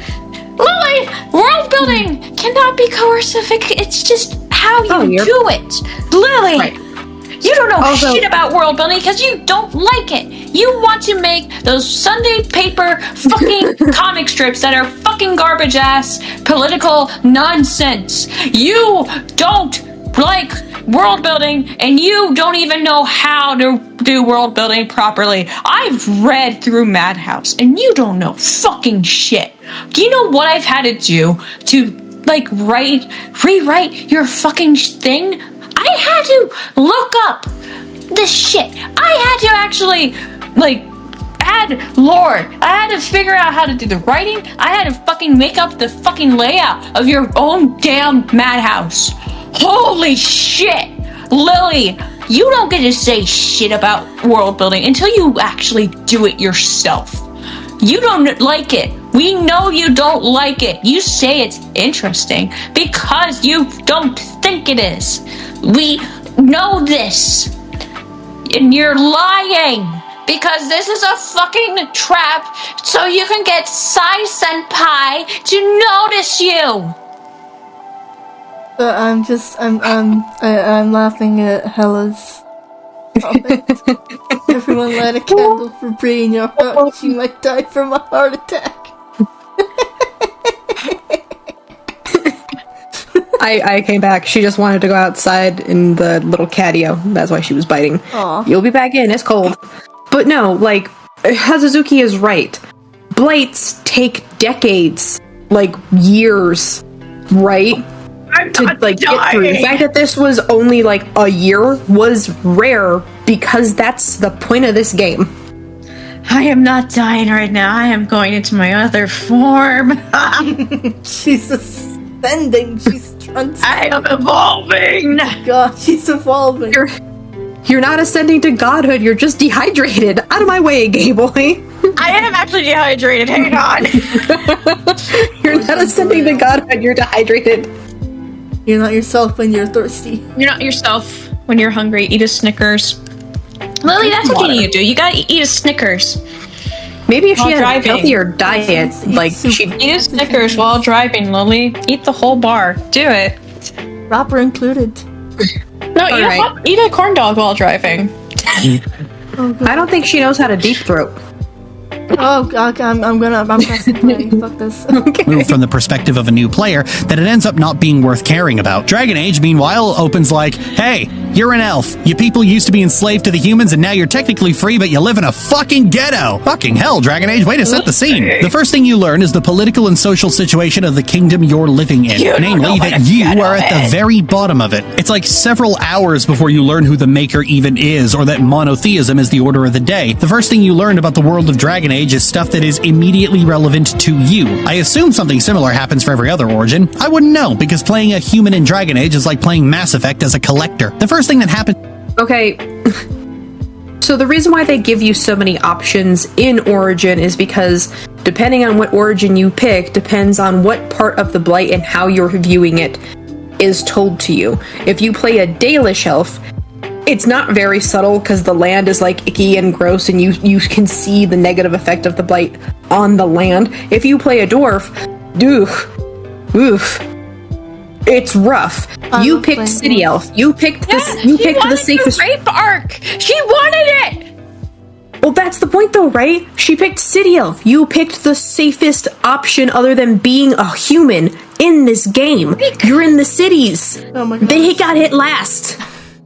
She's like, oh, this game doesn't talk about the Blight that much. And then she picks, like, the one out of, like, 7 origins that has the Blight affect the least. Can you guys hear my little squeaks? Can you hear my little... And it's really important to understand, right, that when I say the cities got hit last, I'm not saying, like, they were dead last. I mean... in the beginning, when all of this is happening, when all of it is getting started, the cities saw it less than everybody else. You picked City Elf. You're late to the party. Yeah. Oh, hold on. Harazuki. Dalish Warden fucking loses their best friend to the Blight. Yeah, if you play Dalish, the first thing that happens to you, your friend suffers a lot. You suffer a fuck ton before you even actually have to, like, do anything. Doesn't he get, like, sucked into a mirror portal? What are they called? The veil? No, not the veil. The like, weird mirror portal thingies. Oh, something happens to him. He disappears for a little bit, but you do come back to him, and he's not well, and you have the option of killing him while he's still lucid enough to purposely let you do it, or a mercy kill? You can get a mercy kill for him. That's what it is. God. Yeah, in Alluvian. You can either mercy kill him when he's a little bit still all upstairs. That way you can go kill him, which is worse. Actually, I picked that. Don't yell at me. I forgot the word. Yeah, and we also... Oh, actually, Bree, this is for you. Alluvians are important world building because we see them here in Origin and they come back again in Inquisition. Oh boy! Oh boy! And I guess in Veilguard. I haven't played Veilguard. Yay! Don't know. Oh, Hazuruki wants your attention. I probably have, and I just can't remember. Where is it? The Blight of the Alluvian? You have to play a Dalish Warden. Ugh. But I want to play Pint, card. did you find the Blighted Alluvian in Veilguard? Hazuki, stop yelling at us. We're doing our best. I'm just picturing Hazuruki as, what is it, Walter White in that meme, yelling from the car. Calm down. That was me when I was watching the Sai and Dan stream. I was like, whenever they talked about mythology, I was dying. I was like, Screaming into the void. Stop yelling at us. We will down our hearing aids. I don't have one of those, but it's funny to tell people that. Stop yelling at me. I'm going to turn down my hearing aids on you. I'm going to activate mute. But no, it's like, Lily, you picked the safest... Okay, not the safest. You picked one of the easier routes to go down. Duh. There's another blighted Alluvian in Veilguard, same one that Tamlin got infected with. It killed a bunch of Dalish. Oh, look, still more world-building consistency. The Alluvian that we meet in Origin comes back. That fucking mirror, we should have broke it. Yeah, no, it's been a while since I played Veilguard. But I've forgotten, like, everything about it. I haven't played Veilguard at all, but I did replay Origin. That's good. Back to bullshit. In the game is you get abducted from your arranged marriage. What? Right? Oh, I was gonna just tell you. Let's keep going with this. We're almost to 10 minutes. Hey, it's hot. Marriage to be the state-sanctioned rape victims for a human nobles party. But just as the guards are about to strip you down, your friend breaks in and throws you. That's not how that works. Like at all. Oh, yeah, no, You are not a state-sanctioned rape victim. When you play a city elf, because you are poor, you've gotten really good at scamming humans out of more money than stuff is worth because they don't know any better, because they're like, oh, elven antiquities. So in your little head, no matter if you play man or woman, you and your friends get this bright idea of trying to scam a human noble out of a bunch of cash. This backfires spectacularly. Oh no. And that's how you end up in this situation. You are now getting the recompense for trying to dupe one over. You're not a state-sanctioned rape victim. You got caught trying to be a scammer, and the humans don't give a fuck. Found out, Lily. Right. Sure there was no state-sanctioned rape victim thing is just Lily's attempt at an edgy joke. It's not a funny joke, though. No, it isn't. And as somebody who... Well, no, because Lily claims that it happened to her. You make a lot of jokes for that happening to you. Most of us that have it happen don't do it. Yeah. Even I don't really joke about suicide. I don't joke about that shit. I don't. And I don't like people using the 13 reasons. This is gonna be my 13th reason. And it's like, shut the fuck up. It's like, you're not going to be my 13th reason. You're going to be my first and only reason. I will shoot you dead right here, right now. Yeah. Listen, You will I be- have a you will- fucked up sense of humor. Yeah. I had ex-friends who were like, oh my god, this is my 13th reason. And I'm like, Okay, listen to me, right? This is not a hill I'm willing to die on. This is a hill I'm willing to kill on. Pick a spot. Wherever you land, that's the grave I'm gonna dig you. But I'll die. You'll die on this hill. I'm gonna be fine. yeah. You'll die on this hill because I'll fucking kill you. Yeah. Are you willing to die on this hill? Are you? All I can make is guttural primal grunts. That's fine. If you hear the growling, that is me Please charging up. Yeah, Charging up I'm her going- final attack. A sword. I swear to God, that's a reference to what Griffith does for Casca and Berserk. I swear to God. Don't tell me I'm wrong. Don't look it up on Google. Tell me I'm wrong. I want to live in my delusions. Oh Okay. my god, I'm son. black on my fucking gums right now. Ooh. No. So Dragon Age opens this with fucking established. song. You picked the worst one. You don't get the right to use that song. It's a good song. You don't get it. You as part of a horribly oppressed underclass, then hands you a sword and says, "Go crazy." This is I'm sorry, unironically he's cute. the I'm sorry. Alright? I'm sorry. That man was cute. That man was Indian. pretty. He calmed me down for a moment. I forgot where I was for a moment.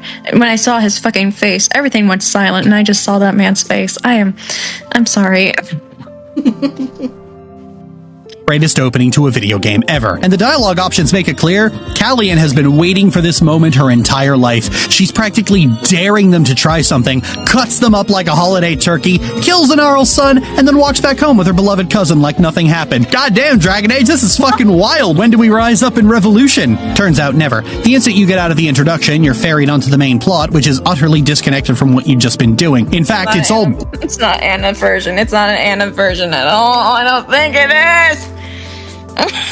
disappointingly tame. We go from an admittedly quite dark situation amidst a well-deserved elven uprising to fighting against the forces of Mordor with the power of friendship, legally mandated contracts. I can't help but feel a touch Bree, are you okay? Oh, totally confused. break a bottle right now. Lily's head.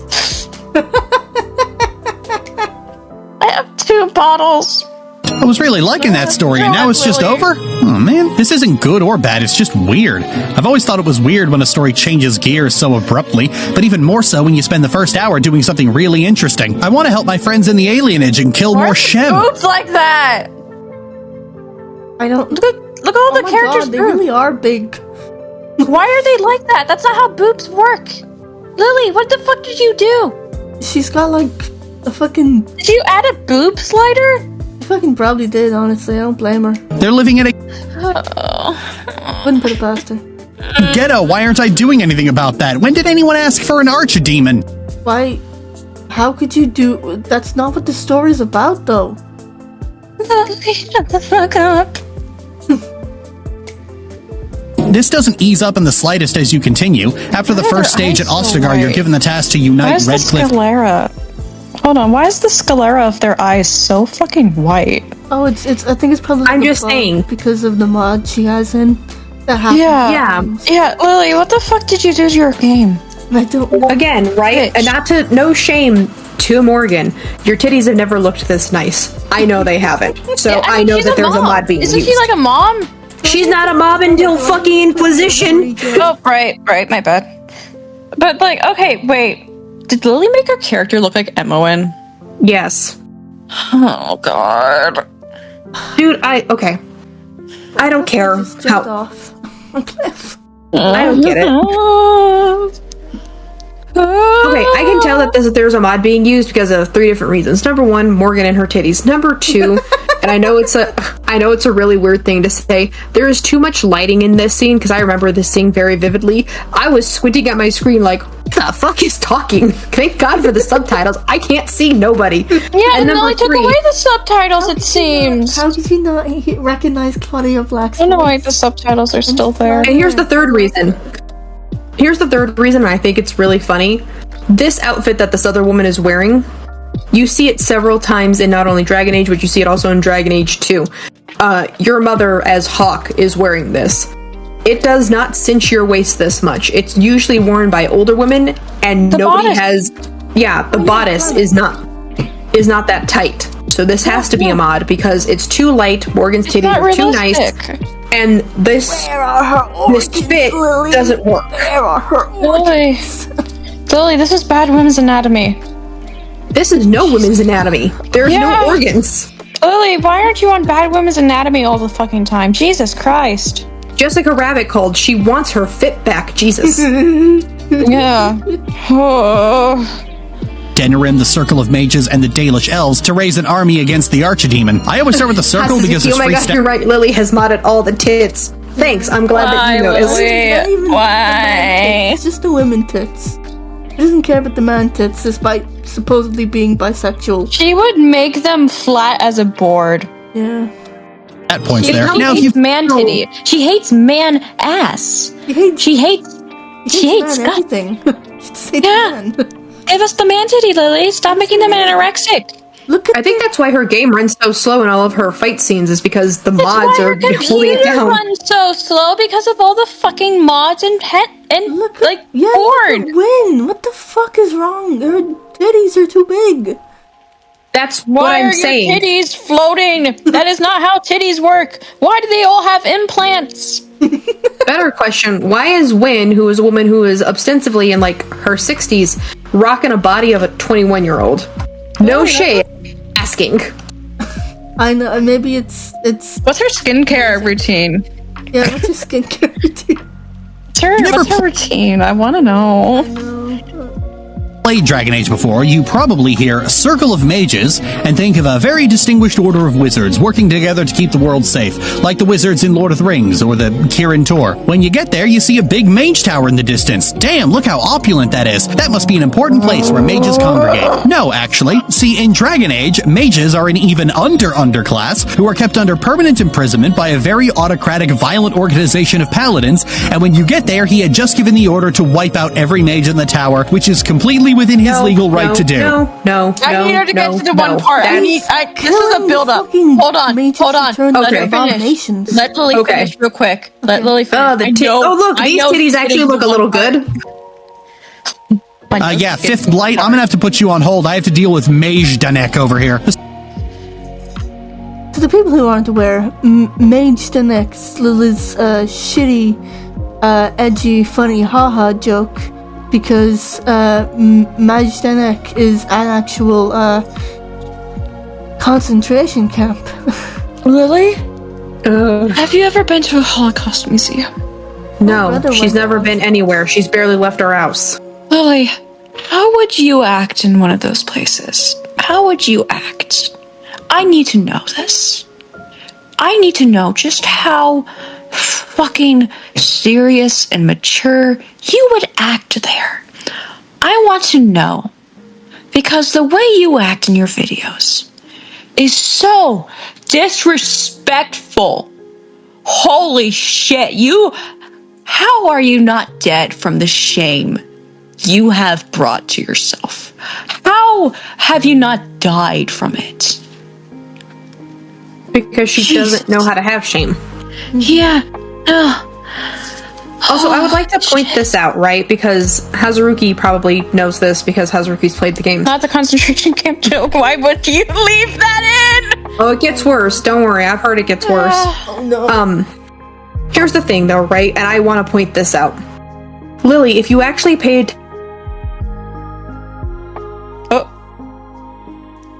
Sorry, Hello? Ella, you're cutting off. Hello. Hello? Oh no, we lost you. Ella, come back to us. Ella? Hello. Oh no, chat. Oh, he's Lily coming killed at you her. with the sword. You cut it out. Yeah. Sorry. Better? Yes. Yeah. Here's the thing, though, right? If you see a guy coming with a sword at you, that's it, right? The sword and the guy are all you have to worry about. Mages are different. Mages can talk to things beyond the veil. They have to deal with that.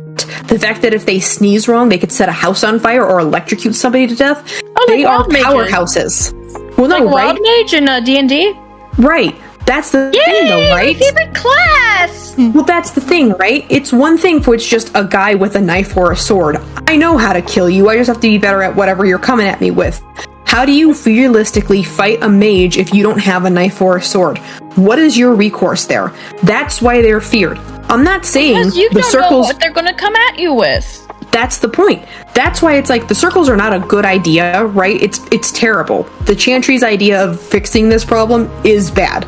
However, medieval Europe setting where people don't know to take a shower every day, this is the only thing they can think of. It's an understandable fix. It's an understandable, right? Right? Air quotes that. Right, it's air quotes understandable.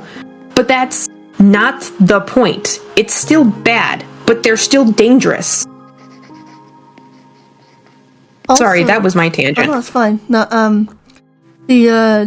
the whole bit when you get to Lake Callahan and you go to the Mage Circle with Wynn is that the mages there are being turned into abominations because of blood magic fuckery. Then you have to that's why they're being killed. Yeah, that's why they have that whole bit where they're allowed to kill them, because I mean, have you seen an abomination? It's like a little homunculus. Yeah, also the country we play in right now, Ferelden, used to be enslaved by mages. They might fucking fear them. No, that's also another thing. Before the elves lost all of their power and Tevinter was a bitch, the elves had magic out the wazoo. That's a thing that nobody ever wants to fucking talk about. Oh yeah. The elves weren't good people. It's almost like it's an allegory.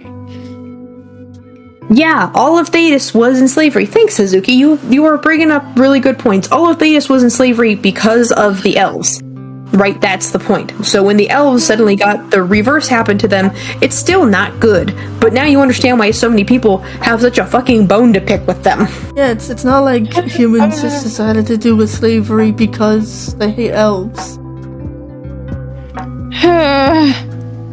Also, I would like to point this out as somebody who has the Dragon Age comic tie-ins. I know. Boo and shame me, because I read all of this.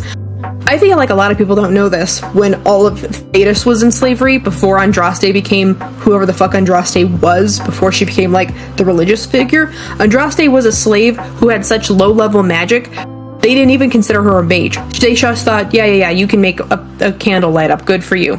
Good job, you did it. You're like a magician, like for the little magic shows. Woo! But that's the point, though, right? When she eventually gets to wanting to free the slaves and all this revolutionary shit, she has a really important line in one of the comics that are a tie-in, when she's talking to a guy who is an elf who is helping her. He's like, and then we can help freeing my people from the other camps, right? She dead-ass looks at him and goes, why would I free your people when I'm trying to free mine? Andraste was a racist. I need to make people aware of that. It's not like it didn't come out of nowhere. She didn't think of them as the same because she was a product of elven slavery before she became human enslaved. That's important to remember. It's almost like people are not perfect and they have significant flaws. Yeah.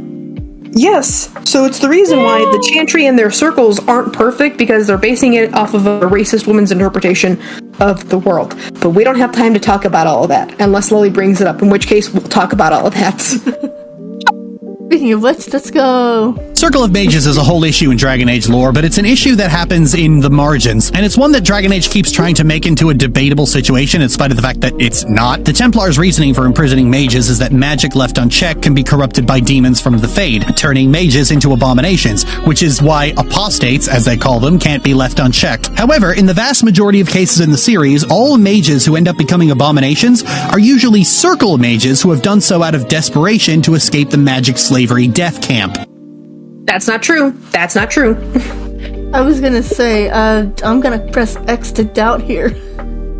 So actually, in one of the tie-in comics, I'm sorry, now that I brought it up, I'm going to keep saying it. In one of the tie-in comics, you actually get to meet a Templar who is about to like retire and everything, that's been watching the Circle Mages for forever, and one of his wards keeps not wanting to go to bed, and he eventually has to just sit her down and point blank ask her, you need to go to sleep, you're making all of us nervous.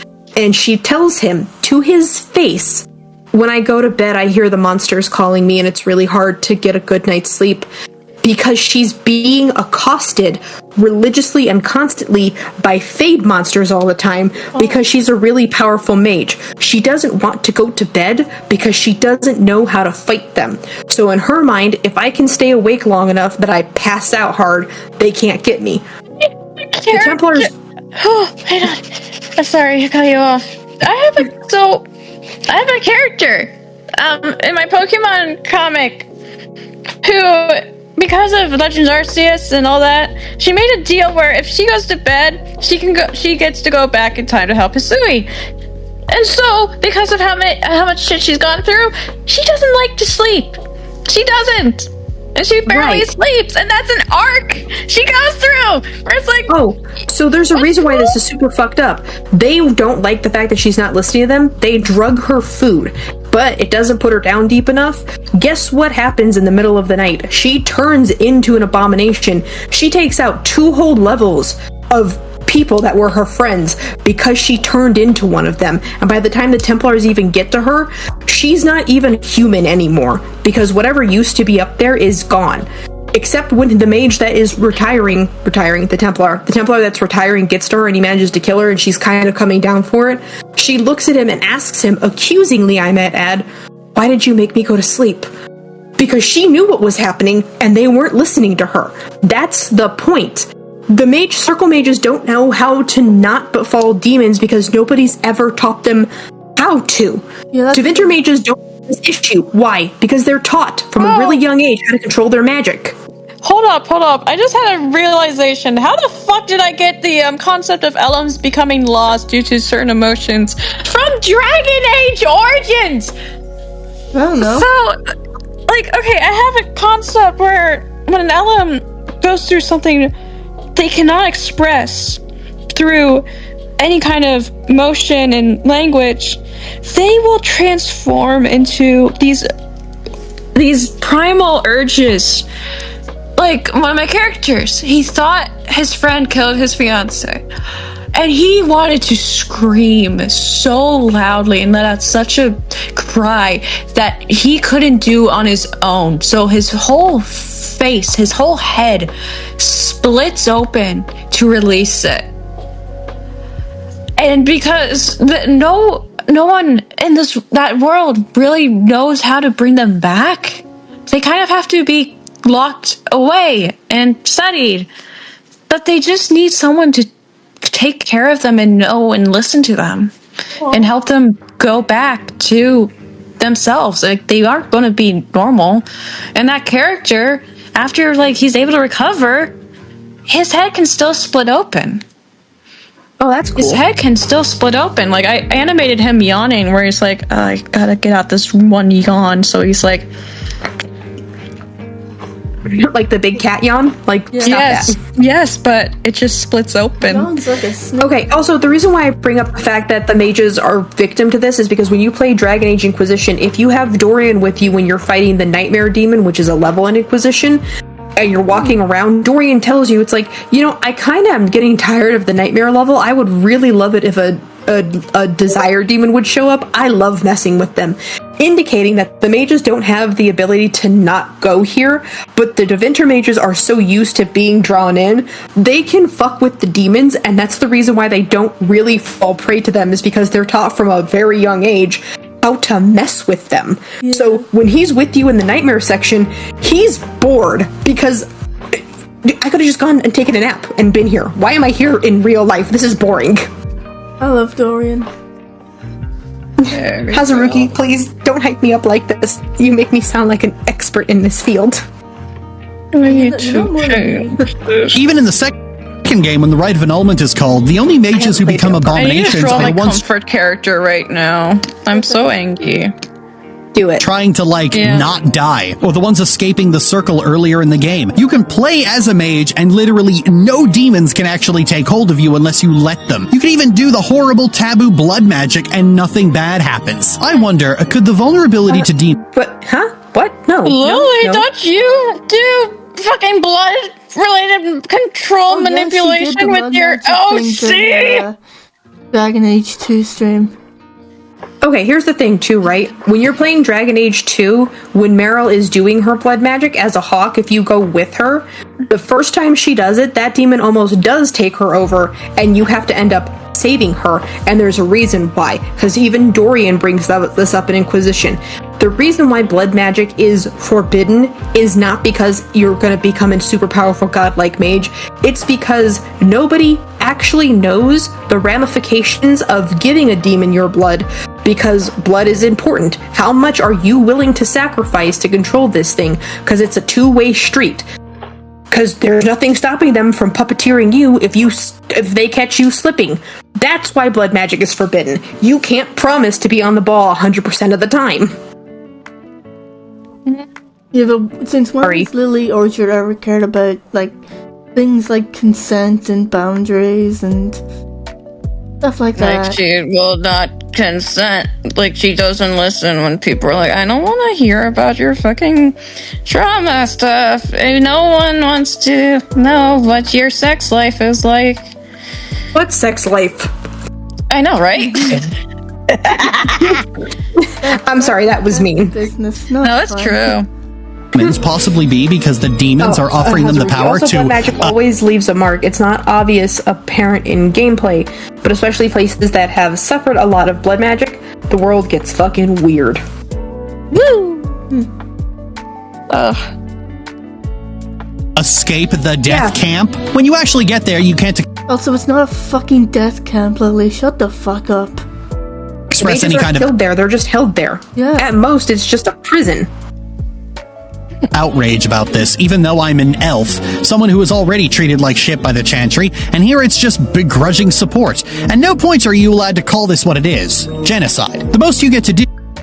It's not a genocide. Not a fucking genocide, Lily. My vocal cords are gonna be shot tomorrow. Drink some nice warm tea. Do is before spare you go to them. bed. You'll be okay. I don't like tea, and I don't have any. Well, suffer. I'm afraid we can no longer I'm be okay. friends. With tea. Oh, actually, warm milk if you have that. I have. Yeah, I do have milk. Yeah, just warm it up. You'll be okay. Microwave. Yeah. Okay. Mage is the Oh, right actually, no. Hazuruki over here. Blood magic leaves a wound to the fabric of reality. That is true because Like real scrapes and scars. Oh, well, no. We're gonna actually have to go back to the Dragon Age comics, is because at one point one of the mages that Andraste is friends with literally tells her, it's like, I have a way to like make your magic better if you'd like me to help you with that. And Andraste says no, but then she gets curious because she's never heard of another mage boosting another mage's She's like, magic. no, I'm not interested. Pokes over Well, his shoulder. Well, also she ends up following them, and then she finds out this mage has been using their blood and blood magic in order to give regular people who want magic that were not born with it some type of low-level magical ability. And at first, Andraste's like, oh, okay, that's cool. But then she can, because she's the super special, right, in these kind of comics, she sees past the light show to what's actually happening. This blood mage is unintentionally marking these people up and making them into conduits for demons to come through. Which is why they're always so happy when they see her, because the demons now can't be kicked out, because now they're in a vessel that is already part of this fabric of reality, so it's harder to kick them out. So she has to literally make the decision to kill these people that wanted the magic, and also the blood mage, because you have caused problems beyond your mortal ken. What are you doing? yeah. Which is why blood magic is forbidden. Blood magic's really cool, really interesting. Damn it. someone who is already treated like shit by the Chantry, and here it's just begrudging support. At no point are you allowed to call this what it is: genocide. The most you get to do is spare the mages the right of annulment by simply finding the first enchanter, at which point the knights are like, alright, fine, I guess you can live. What? No, Lily, that's you. They're not like that at all. They're very glad that they don't have to kill mages and all that. They're very Again, glad that the enchanter is, not dead. Also, a lot of Templars, despite what the narrative likes to portray or what Lily thinks is being portrayed, a lot of Templars don't like handing out punishment to the mages because a couple of Templars actually have family members in different circles who are mages that they're not allowed to see because conflict of interest. So they worry for the Templars that really get a hard-on for abusing mages because they're like, it happens in this circle, it's probably happening where my family member is and I'm getting worried about them, but I can't do anything about it. Most of them are not evil dicks that like to make them into punching bags. Most of them are just like, please stop being weird for 5 minutes. For now. Now, you could argue, okay, Lily, these are massive institutions and you're just one Grey Warden. You can't change them completely on your own. While you are technically correct, we are supposed to be able to at least plant the seeds of change. Yet instead, we breeze past all of these issues because there's a fucking demon horde on the horizon. Yeah, that's the point of the game, Lily. Yeah, the plague is happening. That's kind of important. Fucking monster plague. There's this ever-present feeling of, oh, don't think about that, focus on fighting the Darkspawn. Then why did you bring it up, Dragon Age? This is a problem because Because you're it's the getting world. characters on this. What? This is where you pick up win. I'm taking like a little recharge for a moment. If I go silent, I am just like trying to heal. That's okay. Y'all- That's okay. Sending you hugs. Dragon Age weirdly sets up an extremely oppressive and violent status quo and expects you to just be okay with that. Like, it's just Why a is vibe. everything so pure white? Jesus Christ! Because of the mod. It has to be a mod. Dragon Age Origin was never this fucking bright.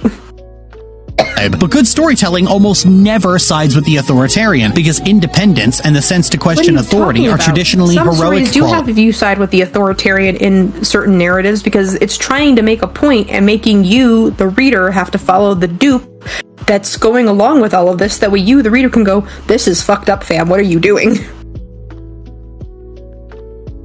Really? Tell me you've never read 1984 without telling me you've never read 1984. Oh, she has not read that book. It's too complicated for her. I can also tell that she's never read Lolita either. You are stuck with Humpert, that fucking pedophile. Oh, well, now I know why she doesn't want to read it. It might be like looking in a mirror. It gets better later, only marginally. Moving on to the Dalish elves, they're embroiled in a struggle that's decades in the making. The Dalish were here before, but were set upon by a camp of demons who kidnapped their leader's son and daughter. They tortured the son and killed him, and then raped the daughter and left her for dead. When she found out she was pregnant, she committed suicide. Enraged by all of this, the leader cursed the humans to take the form they truly represent. What? Oh, what did you just say? Is that a bat? Is that a bat dog? Oh, it's a werewolf. Awooga. Awoo. Bree, I will put you in horny jail, for God's sake. I'm already in gay baby jail. You can't put me anywhere else. I'm happy here. Let me be a gay baby. Fine. Okay, so, really quick. Lily, did you get this just from Googling it? Because that's word for word what Google says if you type in Dragon Age werewolf plot. Like, Dragon Age origin werewolf plot. That's word for word what you just said. Are you aware of the ramifications of what actually happened in this story and why it's actually really tragic on both sides? It's basically like the cycle of revenge, essentially. It is. So the 3 or 4 guys that did this to the son and daughter are terrible pieces of shit. They were part of a larger company that didn't know that they had run off and done this. The Dalish elves didn't care, so now all 30 of them are getting punished for the fuck up of these 3 or 4 guys. That's the point. I am not saying that the 3 or 4 guys deserve to be forgiven. I am saying everybody got punished for the terrible choices of a few. That's not cool. Also, none of these werewolves are the fucking original offenders. Yeah. Also true. These are the grand descendants of like these people. They were being punished for something great grandpa did. That's stupid. Zothrian is the guy. Oh, it's Smooch. He's it's Smooch. I'm sorry. Oh, it's Smooch. Oh my god.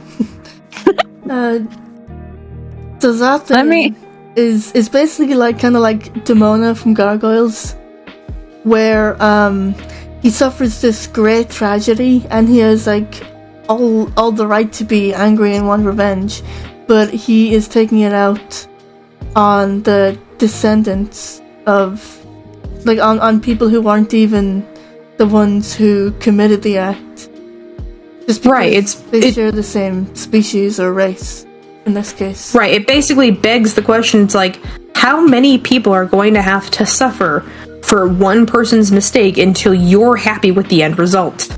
Mm-hmm. That's exactly. And the answer is everybody.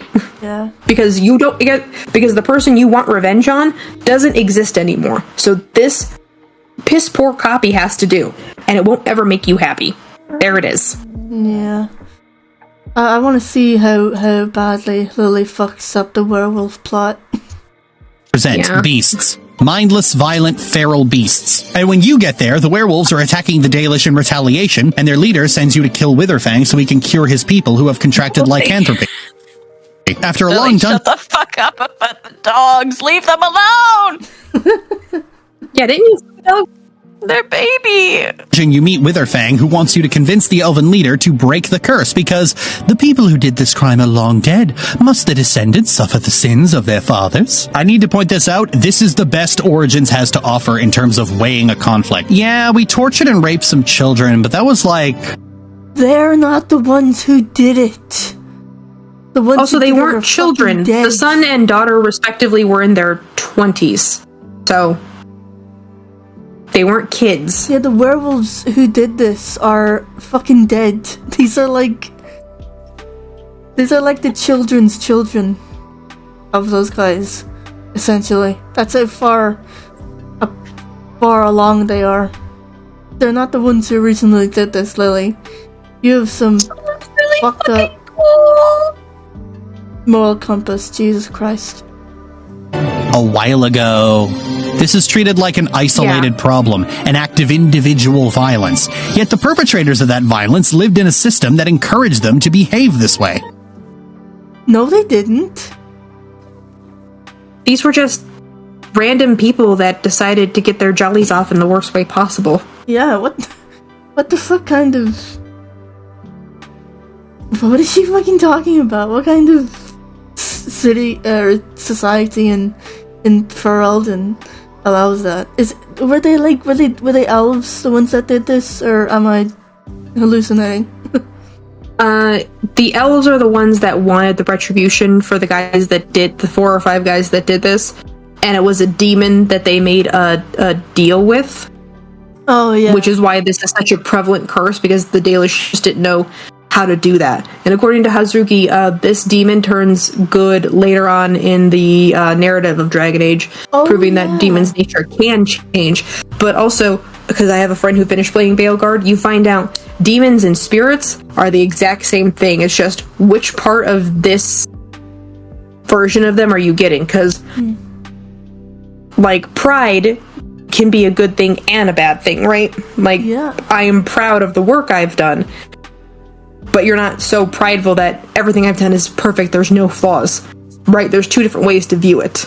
Yeah. I'm not proud of my work. I mean, I have pride in what I can write, but I think sometimes it's shit. I think all my work is shit. Yep. The Dalish are always under the threat of violence from humans. Am I or them expected? No, they're not. And what do you mean, am I or the Dalish and I? Wait, hang on, let's See, I could tell that this is a mod. You want to know why I could tell this is a mod? No, I could tell this is a mod because in the original Dragon Age Origin, she had an entire thing of leaves going across them titties. They were not left that bare. This is a mod. Lily, stop being horny on me. That's my job. You're in gay baby jail, and your sentence is extended. I know. I'm happy here. Lily would make a great Templar. She would make a terrible Templar. She doesn't listen to fucking anybody. Yeah. No. Let's hear what she has. Let's let her finish. To believe this time it'll be different because these ones spent some time as wolves? This isn't even the first time humans raping elves because they can get away with it has happened in this game. Furthermore, it's not a thing about Lily, you get too comfortable saying that word. If they could, they just chose the elf because the elf was there. God, Lily. Why is an example of long-standing systemic violence being used for a Sins of the Father plot? It's not like they're doing anything different. They're still attacking and killing elves outright, not doing much to tell me that you only want peace. Oh, hey, look, she decided to, not help the werewolves, you know, just go against the whole point of the fucking subplot. I'm gonna be completely honest. I have this song right because I like it from the original singer, and this woman is doing the work to try and sound like it, but it's not hitting the same resentful notes. Therefore, I am getting aggravated listening to this version of the song that she plays, because I think she's missing the point of that music. Yeah, also, I love the fact that almost all of her party is dead. And I'm pretty sure she got this on easy. Lily, I don't want you to own any. I don't want you to be able to care for anything. Yeah. Cause you'd fucking kill anything. Yeah, you could not take care of anything. No. So I killed all of them. I felt almost insulted that the game expected me to go for the fucking neutral option. Insulted? God forbid a game asks you to feel empathy for a group of people who were you are a sociopath, who were punished Lily. for the crimes of their ancestors, you know? Lily, You have all the qualifications to be a sociopath. You have those qualifications. You lack empathy, sympathy, you lack the common sense. You lack any kind of feeling except your own thoughts and wants and needs, and you have such hate and vitriol. It is horrifying, and I worry that you're going to end up on the fucking news and kill someone. She would actually have to leave her house to do that. You know, Michaela's going to show up. Yeah. Yeah, there's that we got to worry about. Okay, actually, so I think it was wild because I actually had a message. I'm text messaging a friend right now that also played this, and because he has been replaying Origins because he was getting ready for Dragon Age Veilguard, and I asked him, I was like, "Hey, really quick, in the werewolf section of Origin, because he played a dwarf." I was like, "Oh, okay. I don't meet a lot of people that play Origin dwarf."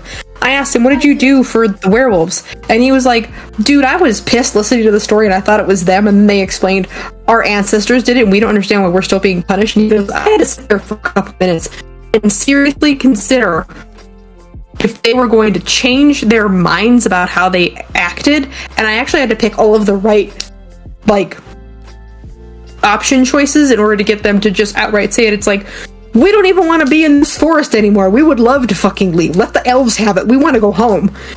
And I was like, what a wild way to say that. They also don't want to fucking be here anymore. If the elves want to be here, cool. We'd like to leave now. This is like, I would like to leave. Lily's just like, no. Ugh. You have to suffer for the crimes of your ancestors because Lily is...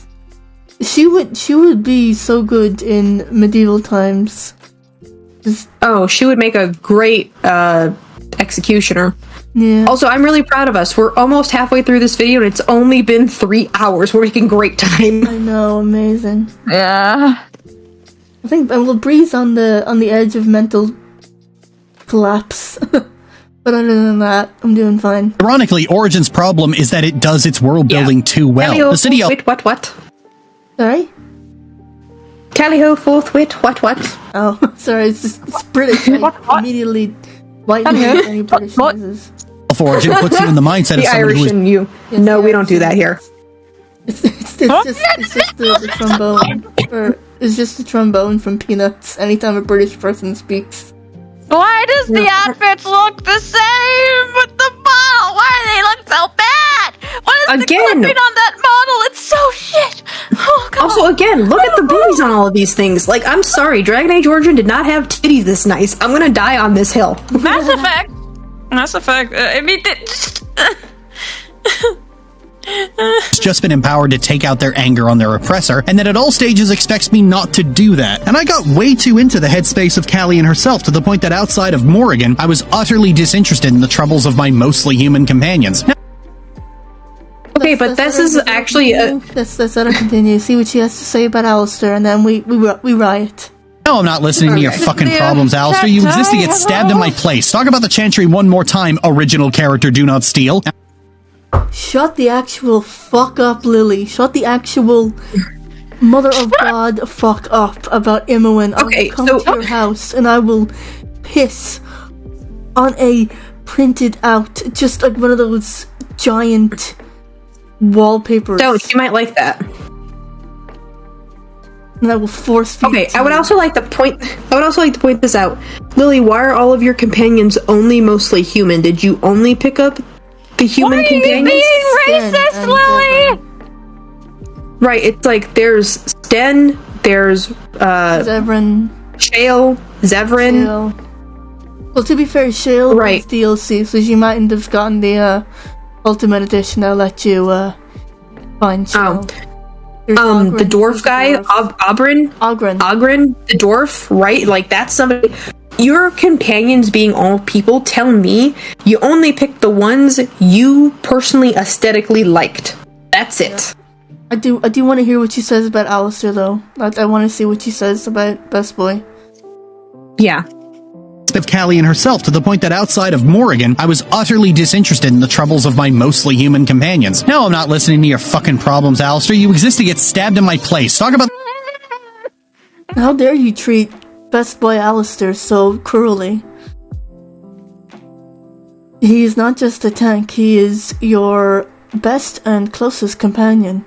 He is an adorable man. I love Steve Valentine so much. He is so adorable as Alistair. Also, Alistair has like a really important character arc in Dragon Age, because if you decide to not make him king, like push him to take over the throne that should realistically be his, he doesn't show up in Inquisition and all the subsequent Inquisition DLCs because he's not the king, and therefore elves and dwarves and everybody else actually suffer from the guy who is put on the throne. However, if you play a Dalish warden when you put Alistair on the throne, things go better for your people because he can only remember you being so nice to him all the time. Oh. Well, also, if you decide to romance him as a Dalish warden, everybody's gone, because in their mind, they think if I can find the root of the blight down here, this can all be done. One of your companions goes with you, and at first, it just looks like a darkspawn knocked into them real hard, they're fine. As the story keeps going on, they keep getting more and more sick. Your companion in this is not female. I need to stress that, right? Your companion is male. At the end of it, because you guys get separated when you find him again in the comics, he has become a brood mother, because brood mothers are technically a subsection of a ghoul, and ghouls are made by a living creature being infected with blight and surviving that encounter. So, brood mothers are not always female. Brood mothers are ghouls who reproduce darkspawn at a rate like honeybees. That's the difference. Sorry, they didn't even try to go for the subtle allegory. Damn. Well, no, I understand why people hear brood mother and think woman, but that's not what that means. Brood mother just means you have a lot of fucking kids. I mean, what else would you call it? Like, It's Dragon Age's equivalent of the dog girl from Full Metal Alchemist. Oh, shut up. Oh, shut no, your my fucking God. mouth about Nina and Alexander. She has a I will name, fight Lily. you, Lily. she has a name. Okay, so I'm just gonna go off on a little rant here. The Nina and Alexander bit is essentially a parallel to the first arc in Full Metal Alchemist, where it's Father Cornello. He is abusing alchemy for religious purposes, and with Nina and Alexander, it's Nina's dad, Shao Tucker. He is abusing alchemy for the sake of science. You see how those two parallel? And it Religion and science used to be two different stories that are the same story from different perspectives. And it's also a lot more personal for Ed and Al, since they're also state alchemists. Yeah. So it's essentially like an extreme version of what they could potentially do if they wanted to. And it's like a really horrifying thing.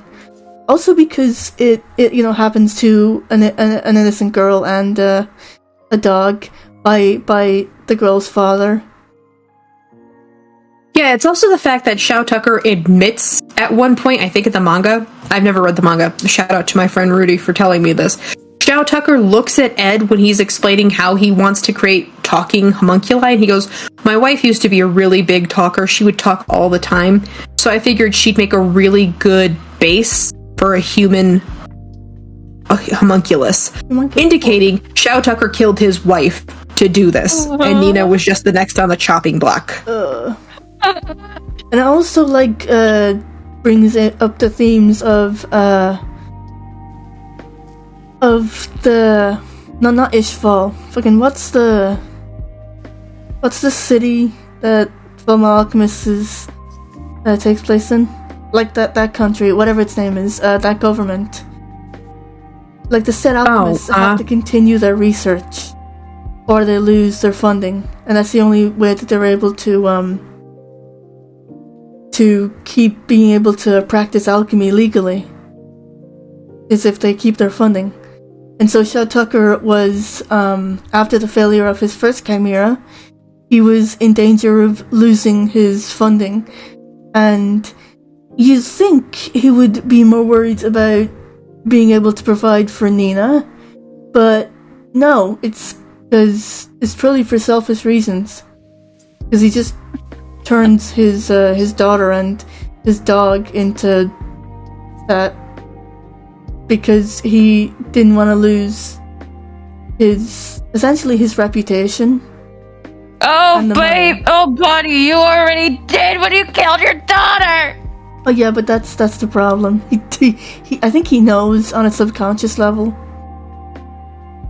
I know. Well, there's a special place waiting for him in hell. Oh yeah. Anyway, back to Lily's bullshit. It's so edgy and so dark that you just stop being able to take it seriously. You just have to stand back and laugh because what fucking 14-year-old thought of this? You just established that Thetis' lore has underworld demon marathon rape corruption magic vomit inflation. That's what you say. Underworld demon not marathon that- rape corruption magic vomit inflation. Wow. Okay. That's a mouthful. Oof. And most of those words. That's a lot of words to tell me you spend too much time looking up porn. But okay. Oh yeah. Definitely. But Lily's just mad that people can take this shit seriously and she can't. Like, That they can understand. Also, why are her titties the same? Wait, does the mod affect those titties? Yeah, it affects all titties. Oh my god. Even the brood mother's got the tits. This is just fucking silly. Ma'am, please, take off the mod that gives you bazongas. We don't need this. The The leprechaun. massive honka-lonkers. The old hoobadoobas. The big bomb. Hoobadoobas not even a word. Truly The old horrifying thing wowzers. happened. Sorry, we need to finish this fucking video. Afterward, these dwarves are only being subjected to this because their leader, Bronca, allowed it to happen to them so she would have a limitless supply of test subjects. One of them is her wife, who she just abandons in there. That woman's only crime was falling in love with the wrong... Wait, But is there a same-sex couple? Hold on. let me look. Hold on. I'm trying to think.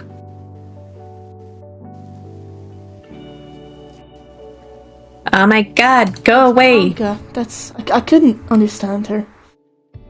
She's like, Bronca, whatever. Bronka. No, so Bronca wasn't married. Her family Really? is Ogren, Well, she was married. who is her... Huh? Yeah, but he's estranged from her. We need to stress that.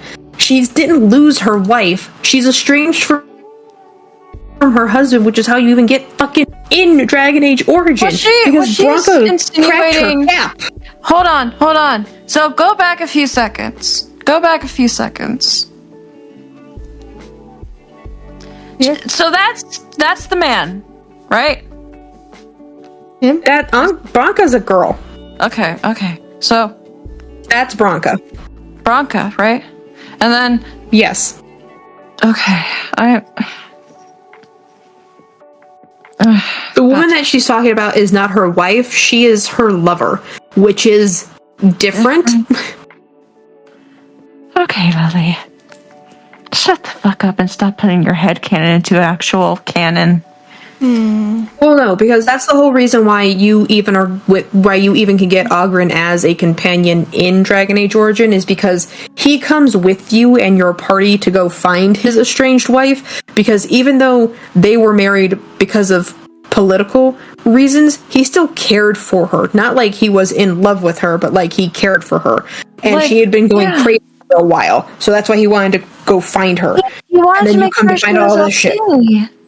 Right, and then you find out all this shit and you're like, yo, my guy, she's gone. I'm sorry, bro. I'm sorry. Sometimes you just have to take the L's.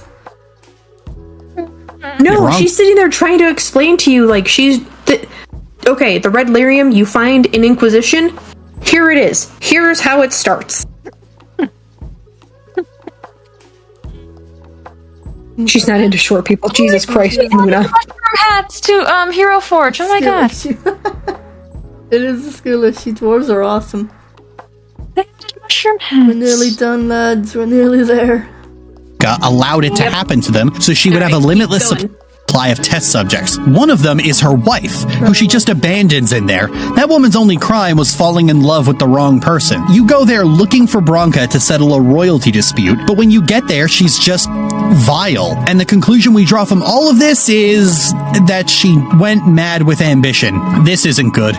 It's so utterly bleak and miserable and mean and callous, miserable, with nothing Lily. to say. It's all What do you mean it has nothing to say? Also, it's not ambition that she went crazy with. She went crazy with the ability to, like, science. Do you know what I'm talking about? Like, she got so absorbed. She got so absorbed in her work, she couldn't see past it. Those are some big titties. Oh, even the fucking rocks. Come on. Even the rocks have titties. All right, Lily, hand me a, why did you give hand me them a chisel titties? and mortar. Nope, Edge hand me the and- chisel and mortar. We'll knock that down flat. Yeah, we gotta give him one of those titty She was tucks. born with. So fun fact, this is actually a kind of sad fact. Dwayne The Rock Johnson actually was self-aware and self-conscious about a thing he had where he had tits. And so he got them reduced. And some men get very self-conscious about their having what other people and society will claim is feminine. So, yeah, Lily.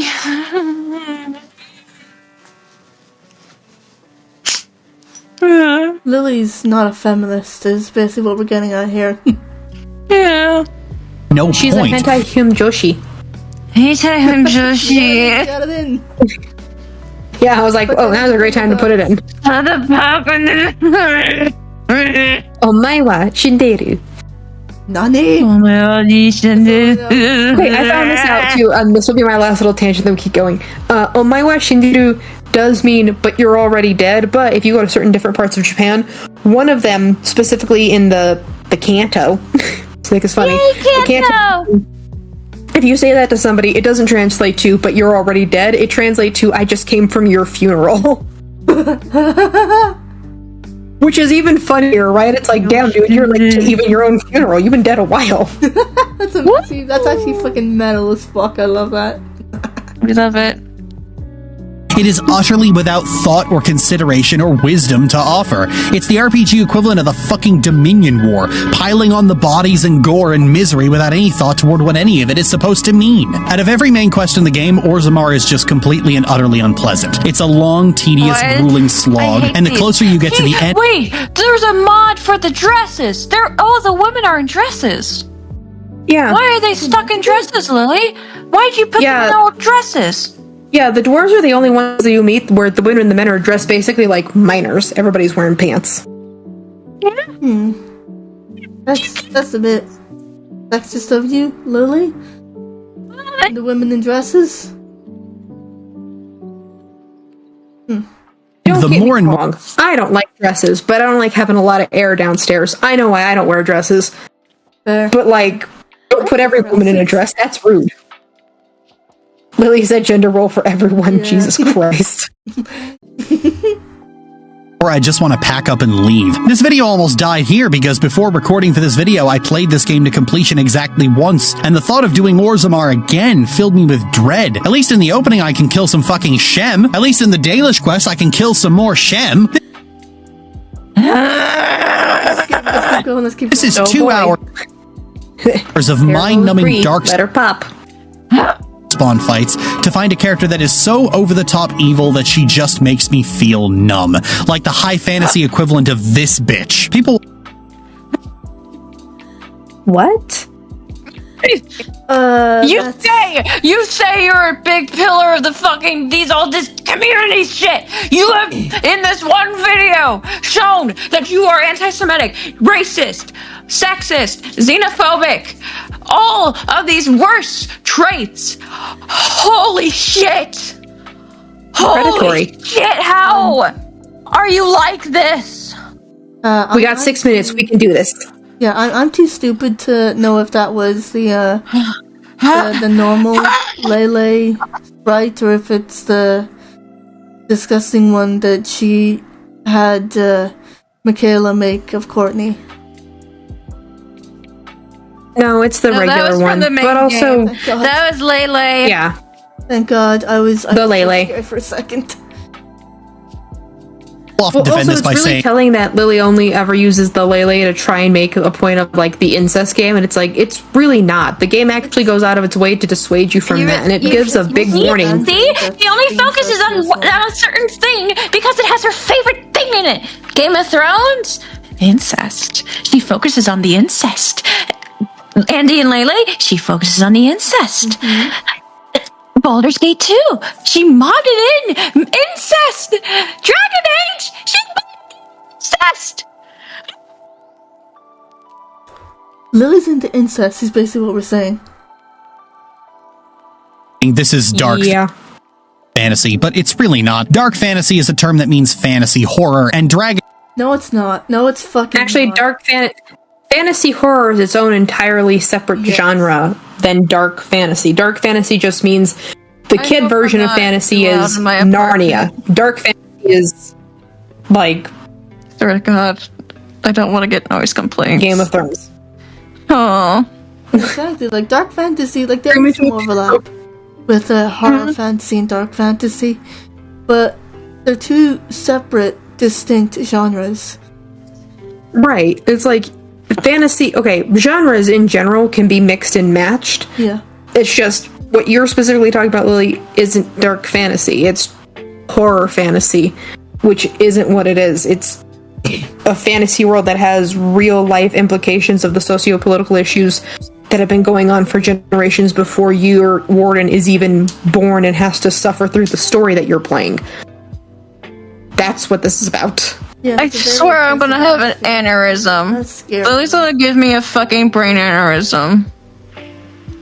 Yeah, Hazariki is right. If you don't want to call it dark fantasy, call it heroic fantasy with dark fantasy elements, honestly. It's not fucking horror fantasy. Chat, Shut the fuck up. chat. I need more Age is not that. It's support. We're nearly done, Bree. 6 minutes left, we can do this. high fantasy do this. with Take a some deep breath. racism and genocide tacked on. But the thing about dark storytelling as a concept is that a dark story is more than just blood, gore, and rape. A dark story has something to say, and it says it in a way that is neither cathartic nor reassuring. At the same time I was working on this video, I have been working on another video about Star Trek Voyager. Of the TNG era God, Trek what does this series, have to do with Voyager anything? is the darkest of the three. Most people wouldn't believe that because Voyager can be very lighthearted when it wants to be, but a lot of episodes of Voyager deal with issues that are especially Hold on, grim and difficult, and it tackles ethical questions that Next Generation or DS9 would have never had the guts to tackle. And more to that, Doesn't DS9 have like an entire episode where Picard Deep- is being tortured? It's 9. Is DS9 tell It's Deep Xavier Patrick Space. Stewart? So Patrick Stewart was in Star Trek Oh yeah. Next Generation. Oh shit. He was sorry, in my Next. bad. Yeah, no, he's in Next Generation. Yeah, there was an entire episode where he's captured, and he's basically tortured. It's like a really dark look into how prisons treat their political prisoners. And there's also like the entire episode where they're debating on whether or not Data is a human, and whether that should mean that he is to be treated like property, despite obviously displaying sentience and sapience and human level intelligence. Basically what I'm saying is, Lily, shut the fuck up. point, it often comes away with a non-reassuring answer. Take the episode Tuvix, arguably the darkest episode of Star Trek in history. People debate whether or not Janeway committed murder by separating Tuvix, but the show doesn't. Nobody ever once contests that this is murder. Janeway committed murder. She's even visibly affected by it at the very end. It's not just a very harsh thing to think about. You also don't get... No, I don't get Get the comfort of the main character affirming your feelings. You have to sit there with it and think about it, and people have. Oftentimes, Voyager asks an ethical question, Janeway will take a potential answer, and the audience is left to sit and think about that. And it can make a lot of people very uncomfortable. There's a reason, aside from the usual Hold on a undercurrent of sec. this. Can I just say this? Yes. I'm gonna say this. Yes. This is over the many streams we have watched of Lily. This is a strategy she has begun to use. This is her way of trying to get everyone caught up on these horrible takes by making them want to pause so often that it takes them longer to get to the horrible, take she will make. Because she doesn't want them to get to the point immediately. Because she knows that it will actually make her look bad. That's what she's done. And that's what she did with her media literacy video. Remember? During that stream, she added this Star Trek shit because she knew that everyone would get caught off guard because they would get so stuck on that. It would take them so long to get to the main point, the crux of her fucking video and why she was doing it, because she hates Ant and Krim and Sai. Exactly, and those guys are just fucking vibing. Holy shit, dude. Sorry, I don't know enough about Star Trek anything to comment on this section, so I was just like, okay, I'm gonna go pee and everything. That's fair. Yeah, I don't know shit. But I know that Lily doesn't know shit about it. Shit insane. You know, there's one thing that I've learned. You're either a Star Trek fan or a Star Wars fan. The fact that Lily's both scares me.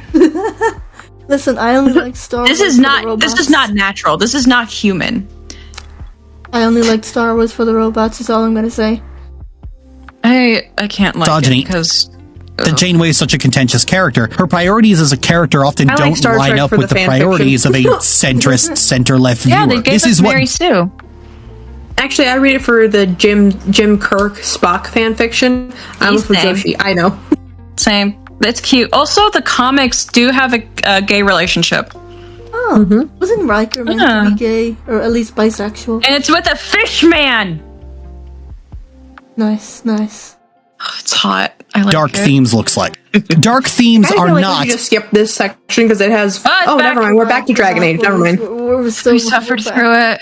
So bad. Oh, Star Trek yeah. gave us Omegaverse. No. God damn it! No, that's true. How do I ban Hayes? How do I ban Hayes a rookie? Give me mod, and I could do. This person went mad with ambition and let their lover get raped by zombies. Oh well, time to go to the Lansbys. Okay. This is Lily, shut the fuck up.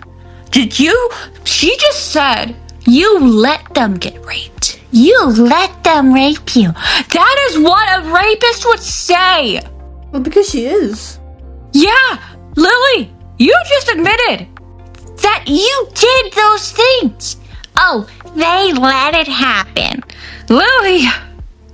You know, that's not really how that works at all. Like, Yeah, that's no, it's no one's choice. It's Also- no one's choice.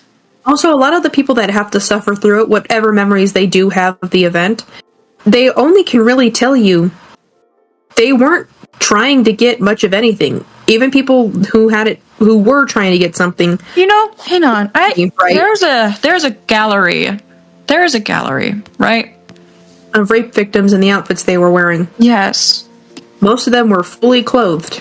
And It's not some of about- them were children's clothing. I fucking knew A it. lot of them were. Nothing good. Oh, that's came the out of thing. Supernatural, except for What was she wearing? Exhibit. The national. Yeah. This is a beautiful exhibit. It's heartbreaking. It is tragic. DelphCenter.org. Okay, you want to know what? I've always said this, and I will die on this hill. If you decide to walk out in a thong wearing nothing but pasties, right in broad daylight, if you decide to dress like Queen of the Whores, that is your decision, right? I'm not going to sit there and say it's not. However, I, as an observer, am allowed to stare. Whatever my thoughts, be it Because you're doing it for attention in that case. Right. But this does not give the world permission to lay their hands on you. I, as an observer, can stare because you're dressed like Queen of the Whores. You're basically wearing nothing. It is not my prerogative or anybody's prerogative to lay my hands on you. I can tell you something, right? All live long day. My hands won't go anywhere near you because you can dress however you want, but touching isn't an option. Look, don't touch. And that's the point of rape culture, right? Oh my god. They don't care. They just take. So one of these power. is I was like 4 years old. Oh no, that's okay. Yeah. Lily? Shut the fuck up. Yeah. Shut the fuck up about this shit. Right, and Hazuki is right. Brood mothers are anomalies. Not all ghouls turn into brood mothers, but a brood mother is born from a ghoul. Cool. Lily, you're gonna make me. This is actually gonna make me cry. Just from.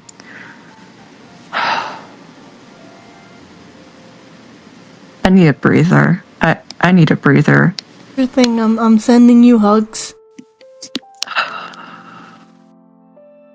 You want some of my gin? No, I think I'm just. I need a moment. I'm gonna just step outside and get some fresh air. Okay. I'm just gonna step outside on my back porch. Yeah. In the meantime, during this commercial break, today's episode is brought to you by Go Touch Grass. Please don't be like Lily. Experience the wider world outside of the internet. Breathe fresh air. Talk to friends in real life. Think of good things. Watch cute cat videos. Watch cute dog videos. Enjoy the serene sound of rain. Today's episode is brought to you by Go Touch Grass. You have way better improvisational skills than I have. Hello, the grass is hidden under the snow. What do I do? Dig a grave! Time travel to summer.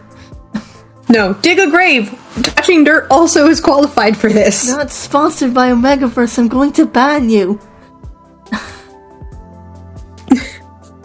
I'm going to ban you. I'm going to throw you into the... This stream is cursed by Omegaverse. Okay, I'll give it that. Wish I didn't know what that meant. Oh, also, I don't know if people can see this, but these are my socials down here at the bottom right. Follow me if you want.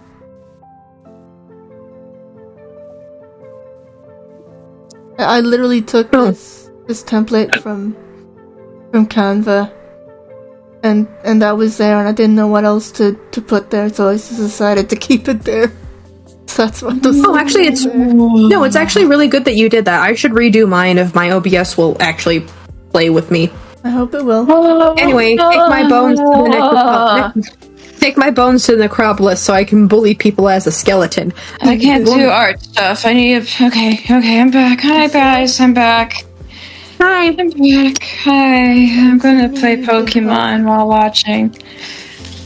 Okay, remember, take a deep breath in, hold it, and think of your favorite thing in the world, and let out the air while thinking of the thing that is no use to you. Like Lily. You'll feel better. I can't take deep breaths. I have breathing troubles. Oh yeah, That's okay. No, I remember my first panic attack. I was like, I don't know why it happened while I was watching How to Train Your Dragon 2.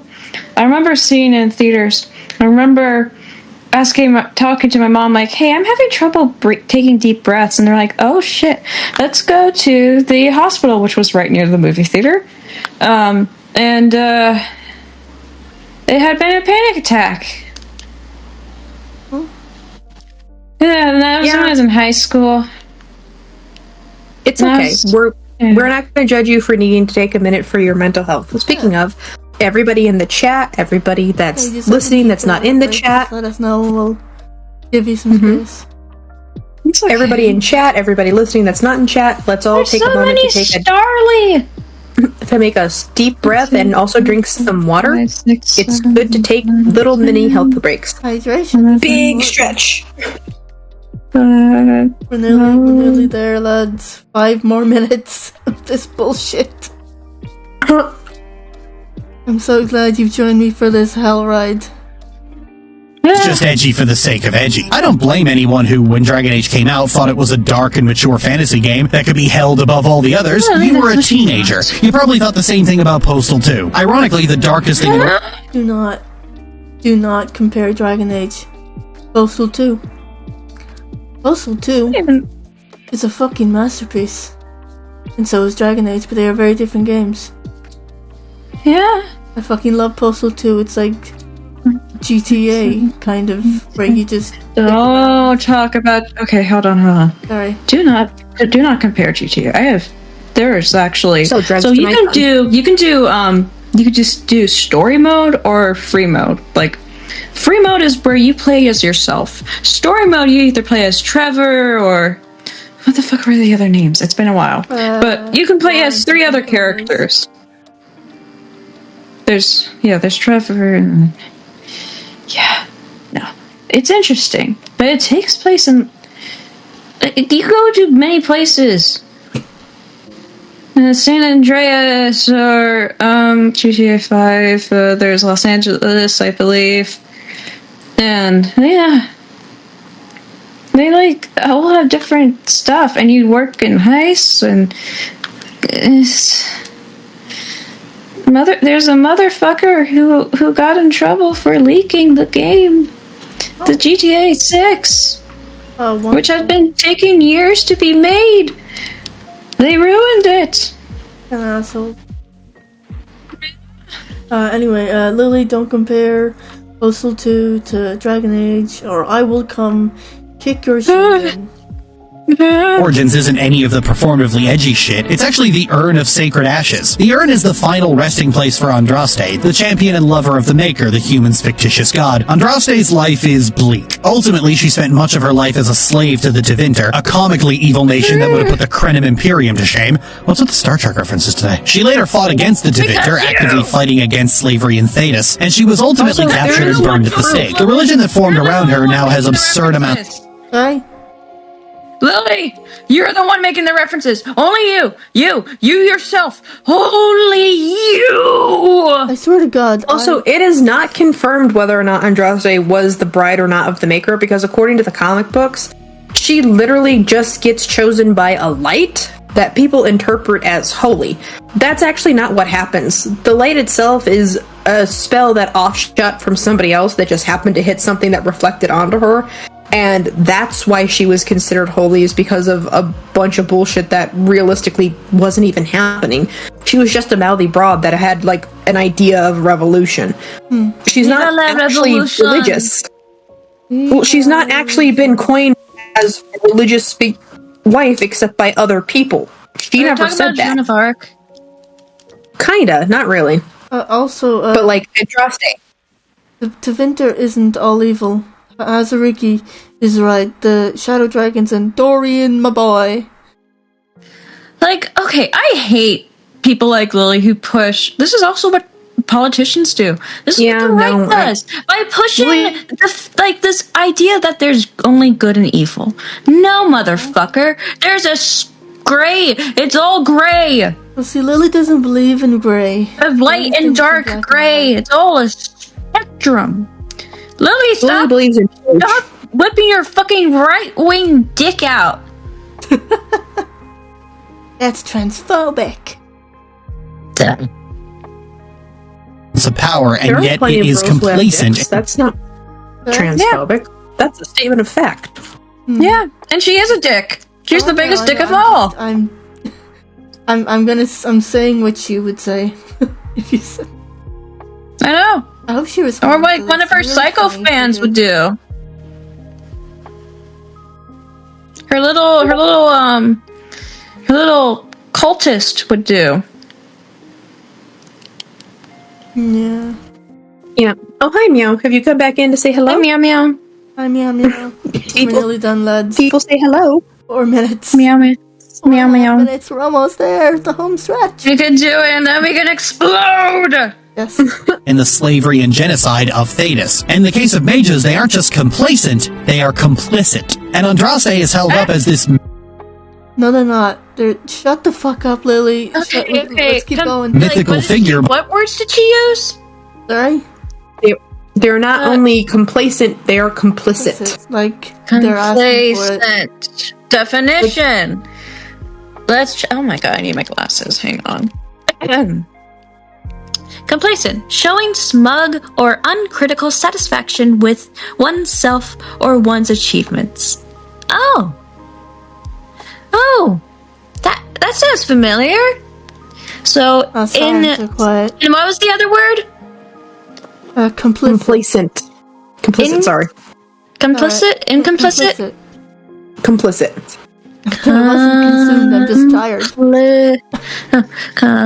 There was complacent and incomplicit.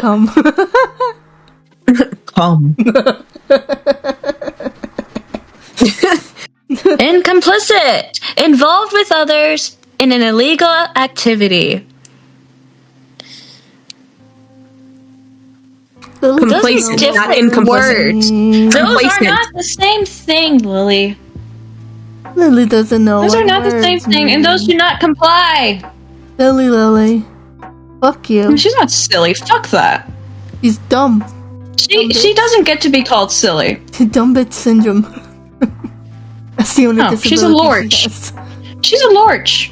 Yeah. No, she doesn't deserve these new words. She deserves to be called a lorch. We're nearly there. I swear to God, we're almost there. Only 4 more minutes, and technically there's an ending screen that only gives a fuck about. If I die from a brain aneurysm, fucking find Lily and give her my medical bill. Give her my fucking funeral bill. I don't care. It's her. My blood is on her hands. We will. Oh, actually, Luna, I got you. What's the point? Lily is just repeating ideas from H-Bomber Guy's Ruby video, but doesn't understand the idea. This is true, because when he said that the White Fang are not only complicit, but also compliant... Someone should give her a cracker. Oh, no, wait, she has one. Brought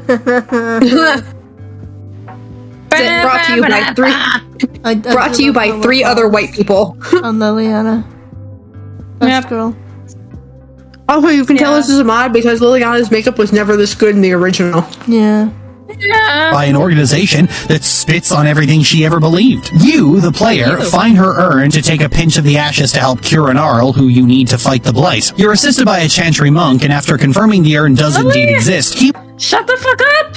Did you know certain cultures would use, like, different dead things because it was like their understanding of medical stuff? Sometimes eating clay can, like, there's certain types of clay that you can consume that will help your stomach. There's also certain cultures that would grind up mummies and use them in their paint and food. That's cool.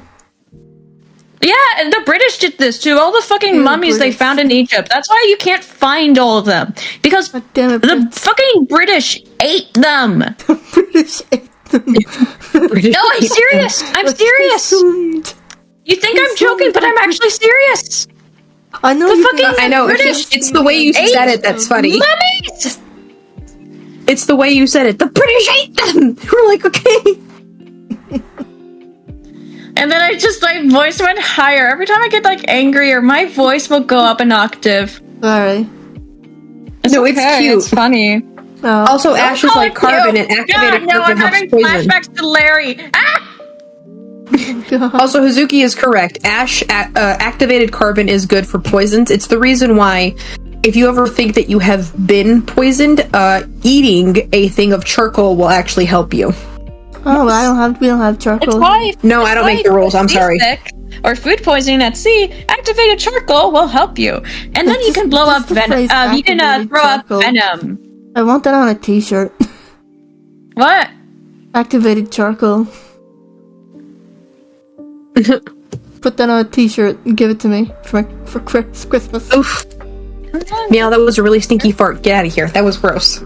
Oh my god! Wait, cats can fart? Yeah. We're almost home. We're nearly there. We're halfway there. Oh. reveal its location to the chantry so people can make pilgrimages to it, people can take pinches of the ashes, and the chantry's influence can grow. Now, the chantry is an awful organization that already spat on their own prophet's name many times, but the thought that they would defile their own prophet's grave in such a way, just to turn it into... Not defiling, it's part of their culture, Lily. Just because you think that every other country is America adjacent isn't true. So it's time to pull out the comics one more time. When Andraste was getting close to dying, she didn't want to be cremated. She wanted to be buried with the man that she had fallen in love with. And the people that were around her that were pushing the Maker's Bride thing told her, well, if we bury you, people might desecrate your grave. To which she said, well, take me to Navarra and put me in the Grand Necropolis where they'll leave me alone. And they said, yeah, no, we're not going to do that. And they burned her against her will. So another cool thing about the history of burials, yes, it started because animals would find the dead and eat them. So humans would begin to use stones and other kinds of things to cover the dead out of respect. Certain cultures would also eat the dead ceremonially, which... yeah, and then the usage of frickin'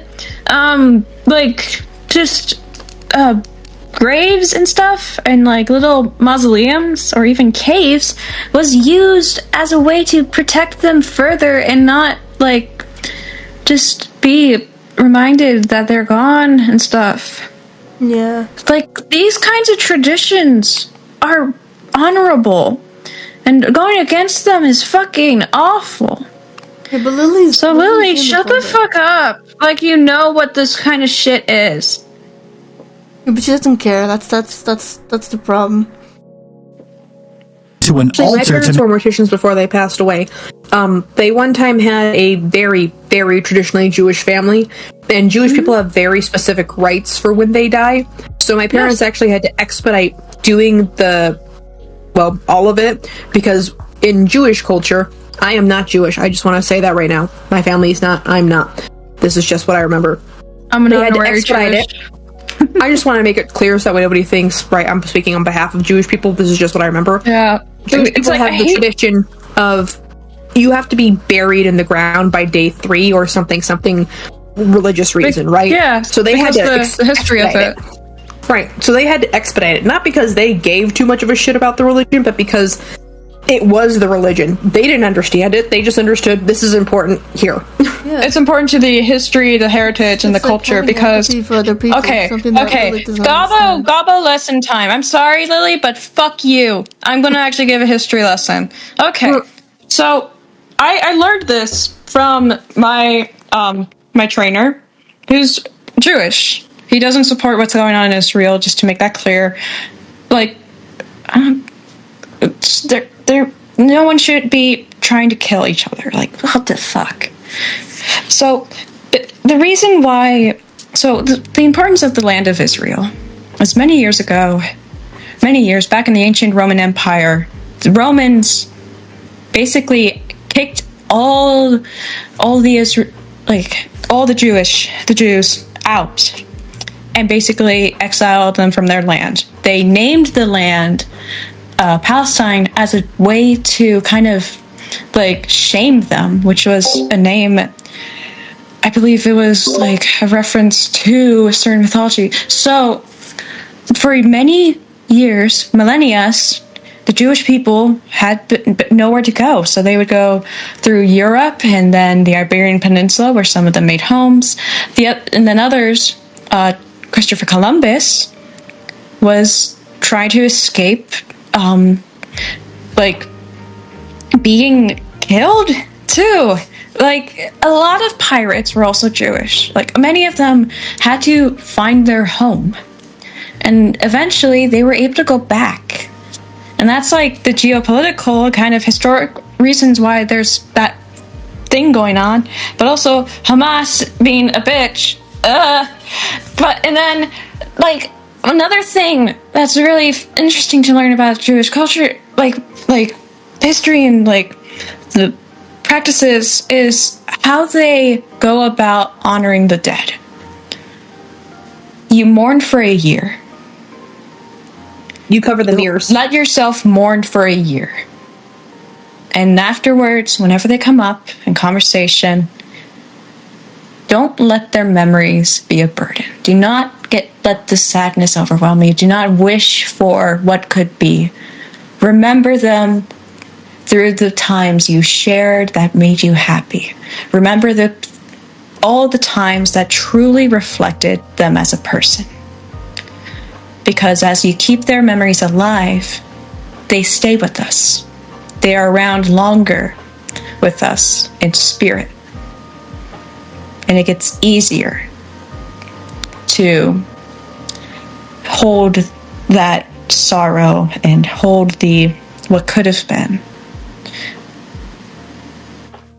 And that helped me with mourning my dog. And this is interesting. And learning, also another fun thing. Do you know that hand symbol Spock uses? Yeah. That's Jewish. That's from Jewish belief. As it means what it is. Go live long and prosper.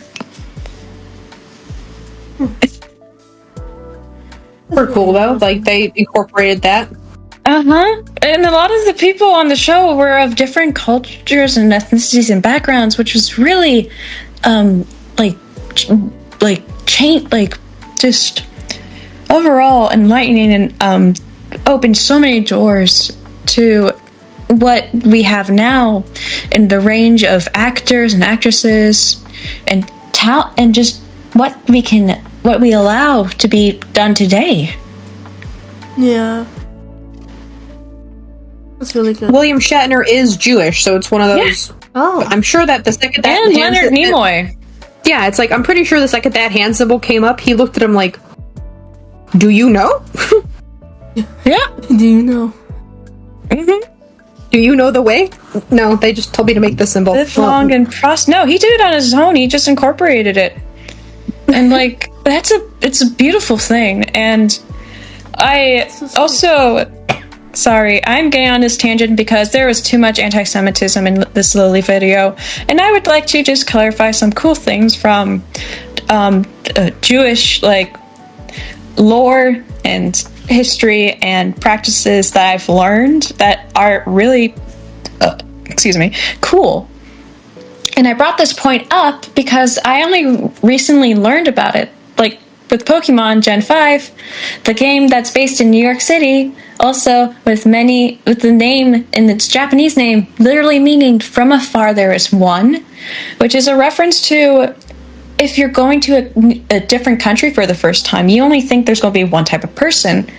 But as you get closer, you realize there's a diverse spectrum of it. Like, that's the American experience. You think there's one type of stereotype, but as you get closer and meet the people, you realize there's so much more. It's a melting pot. And one of the Pokemon that I find really cool is Golurk, and this is something I learned. Not only is it based on the Golem of Prague, but the little armbands and little head thing on Golurk is based on Jewish prayer, which the Tefillin, which is something you do in synagogue during certain prayers. You would wrap a belt, and how we wrapped it, it indicated a different kind of prayer around your arm, and you'd also wear a little box on your head that had all these other prayers in it, which was really cool. And I didn't know that until I looked closer at this design. I'm like, holy shit! Anyways, that is my spurging. That's okay. To the video. We only got 3 more minutes left. Oh, that actually helps. That helps me. That helped me recover a bit.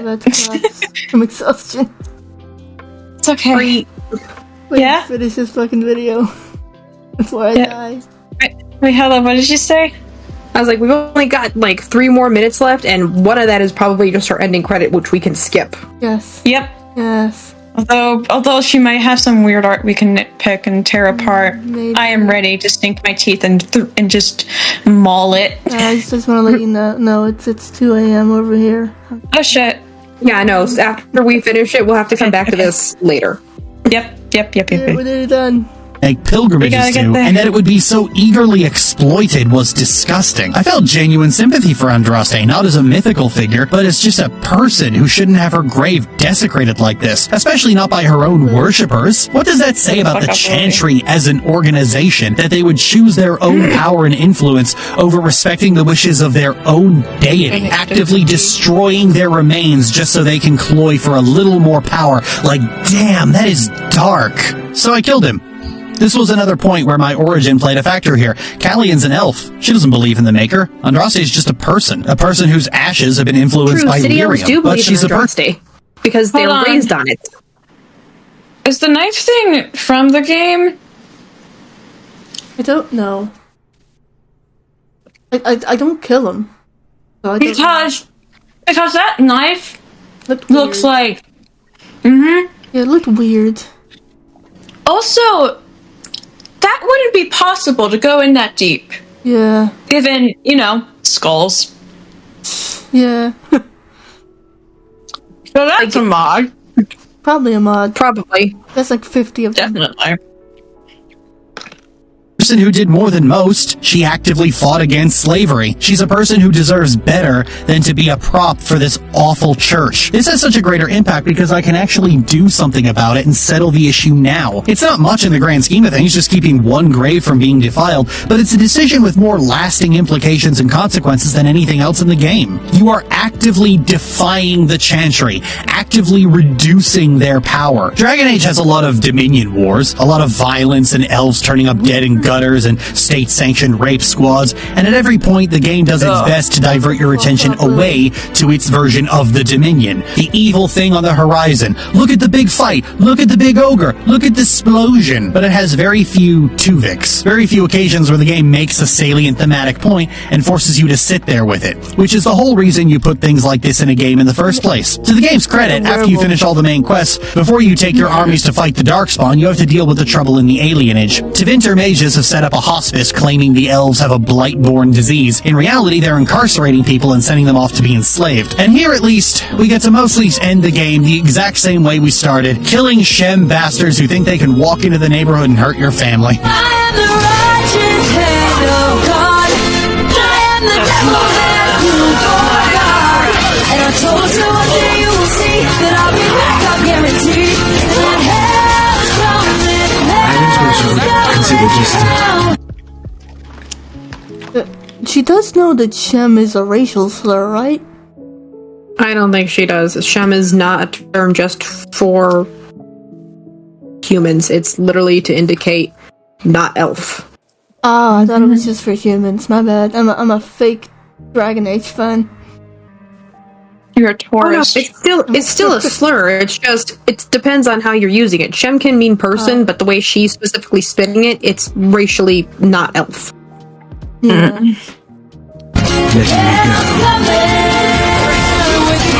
BioWare wanted to make a spiritual successor to Baldur's Gate, but with swearing and racism and gore and rape and all that grown-up shit. So The you Mage make a Death Camp. husband hotel. Ah! Listen, I like Husband Hotel. I'll So you leave would it make at a that. fucking shitty ass, bitch ass, motherfucking. And the We're almost through. We're almost there. 1 minute and 30 seconds. elven ghettos and the It only slavery took us are 4 just an hours. We're doing great. aesthetic. They were never a part of the game's theme. It was just a traditional heroic fantasy set in a bleak, dark world where everything is horrible and nothing gets better, and actively wanting it to get better was Wait, so is it high fantasy or heroic fantasy? Wait a minute, is this Lily like saying, "Oh, this is how I did the game," Yeah. or is it just? But she's saying that this is how I did the game, but this is how the game is. Because that's how I played it. Is this how the game should be played? Yeah, of course. going to be an exercise in futility, because that made it more realistic, I guess. And at the very end, all you can really do is politely ask the new king to treat your people better. Lily, it sounds like you don't even want anything to think about. You wanted the game to be Django Unchained, but with elves. Well, I can't deny that would have been fun, but in all seriousness, I'll take... Either let's really think about the Think of your neighbors. I know, the noise complaints, Bree, the noise complaints. implications and systems I'm at in the play. far back, and most of the people are like upstairs. Okay. Also, I have lots of pillows near me. We're nearly there. 56 seconds. In this kind of Think of your neighbors. Think of the noise complaints. oppression, or I count two guns, fucker. But the problem with Dragon Age Origins is that it's neither. It's Warhammer, a world filled with comically over-the-top racism, and you're not actually supposed to engage with it beyond picking up a torch and cross and giddily joining the fray. And all Sorry? Lily, you're over the top racist. You're over the top racist, Lily. Shut the fuck up. Oh, Really? We're almost there, Bree. Just hold on. that misery was You can pop off in 40 more seconds. on, Bree. Hold. Hold, Bree, hold. outclassed in not just how bleak Thetis is, but in emotional significance You got by this. simply not allowing a grave to be turned into a political prop, because it's a small act of kindness in an otherwise unfeeling world. And this is something we're going to revisit in the next video, because I feel Dragon Age 2 pulls this part off masterfully. But we'll discuss that next time. I'm Lily, and thank you for watching. And it is well. Thank you, Lily. Oh, finally, we're done with her Finally, terribleness. I'm going to collapse. I didn't like that at all. No. Also, Dragon Age is nothing like Warhammer. Warhammer is meant to be like the most over-the-top, dark, edgy shit. Like, it's practically a satire. Essentially, It's kind of supposed to be viewed by it like that. Like, no good guy in Warhammer. no. And also, I can tell that, like, Lily, you're not playing this game genuinely, because if you had been playing it genuinely, then, like, realistically, you would have actually had to engage with the fact that the Blight is such a big deal that Morgan asks you, no matter who you romance, or even if you romance her, she makes you make a deal with her to trap this evil fucking monster in a child's body, which comes back up in Inquisition.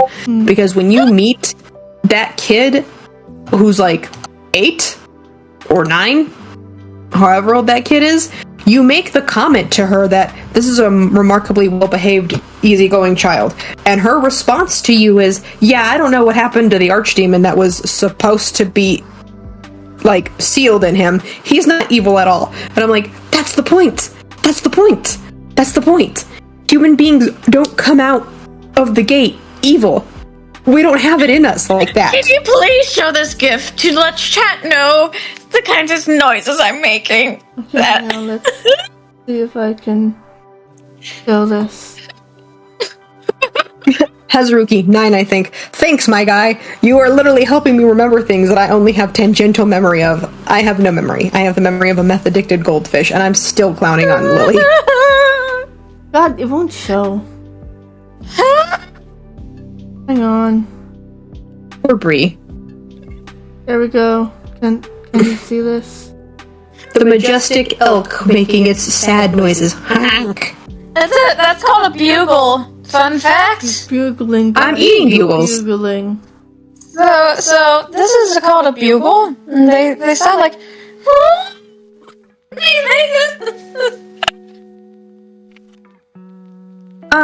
But yeah, it's basically. Oh, go ahead. Yes, Lena said that Lily has a fucking Out of every games developer on the Yahtzee vid in her sources. As, like, what, a reference? That's a source.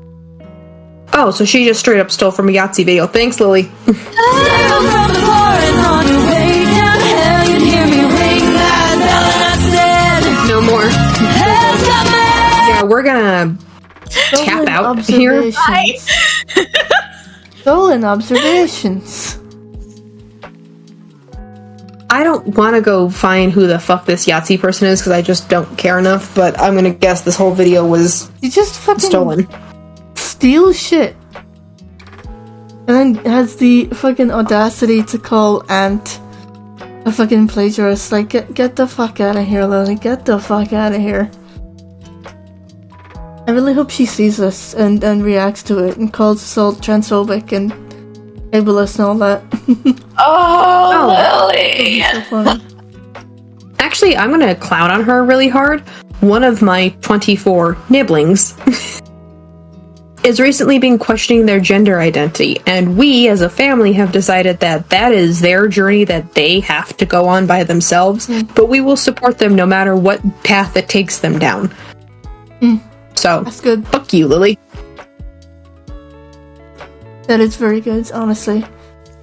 Very mature of you. I mean, they're not my kids. I just see them every day except Wednesday, in the weekends. That's fair. Well, not right now because they're on summer break, so they're home. But summer break, winter break, I know where I'm at. Well, hey, wow, I didn't like that at all.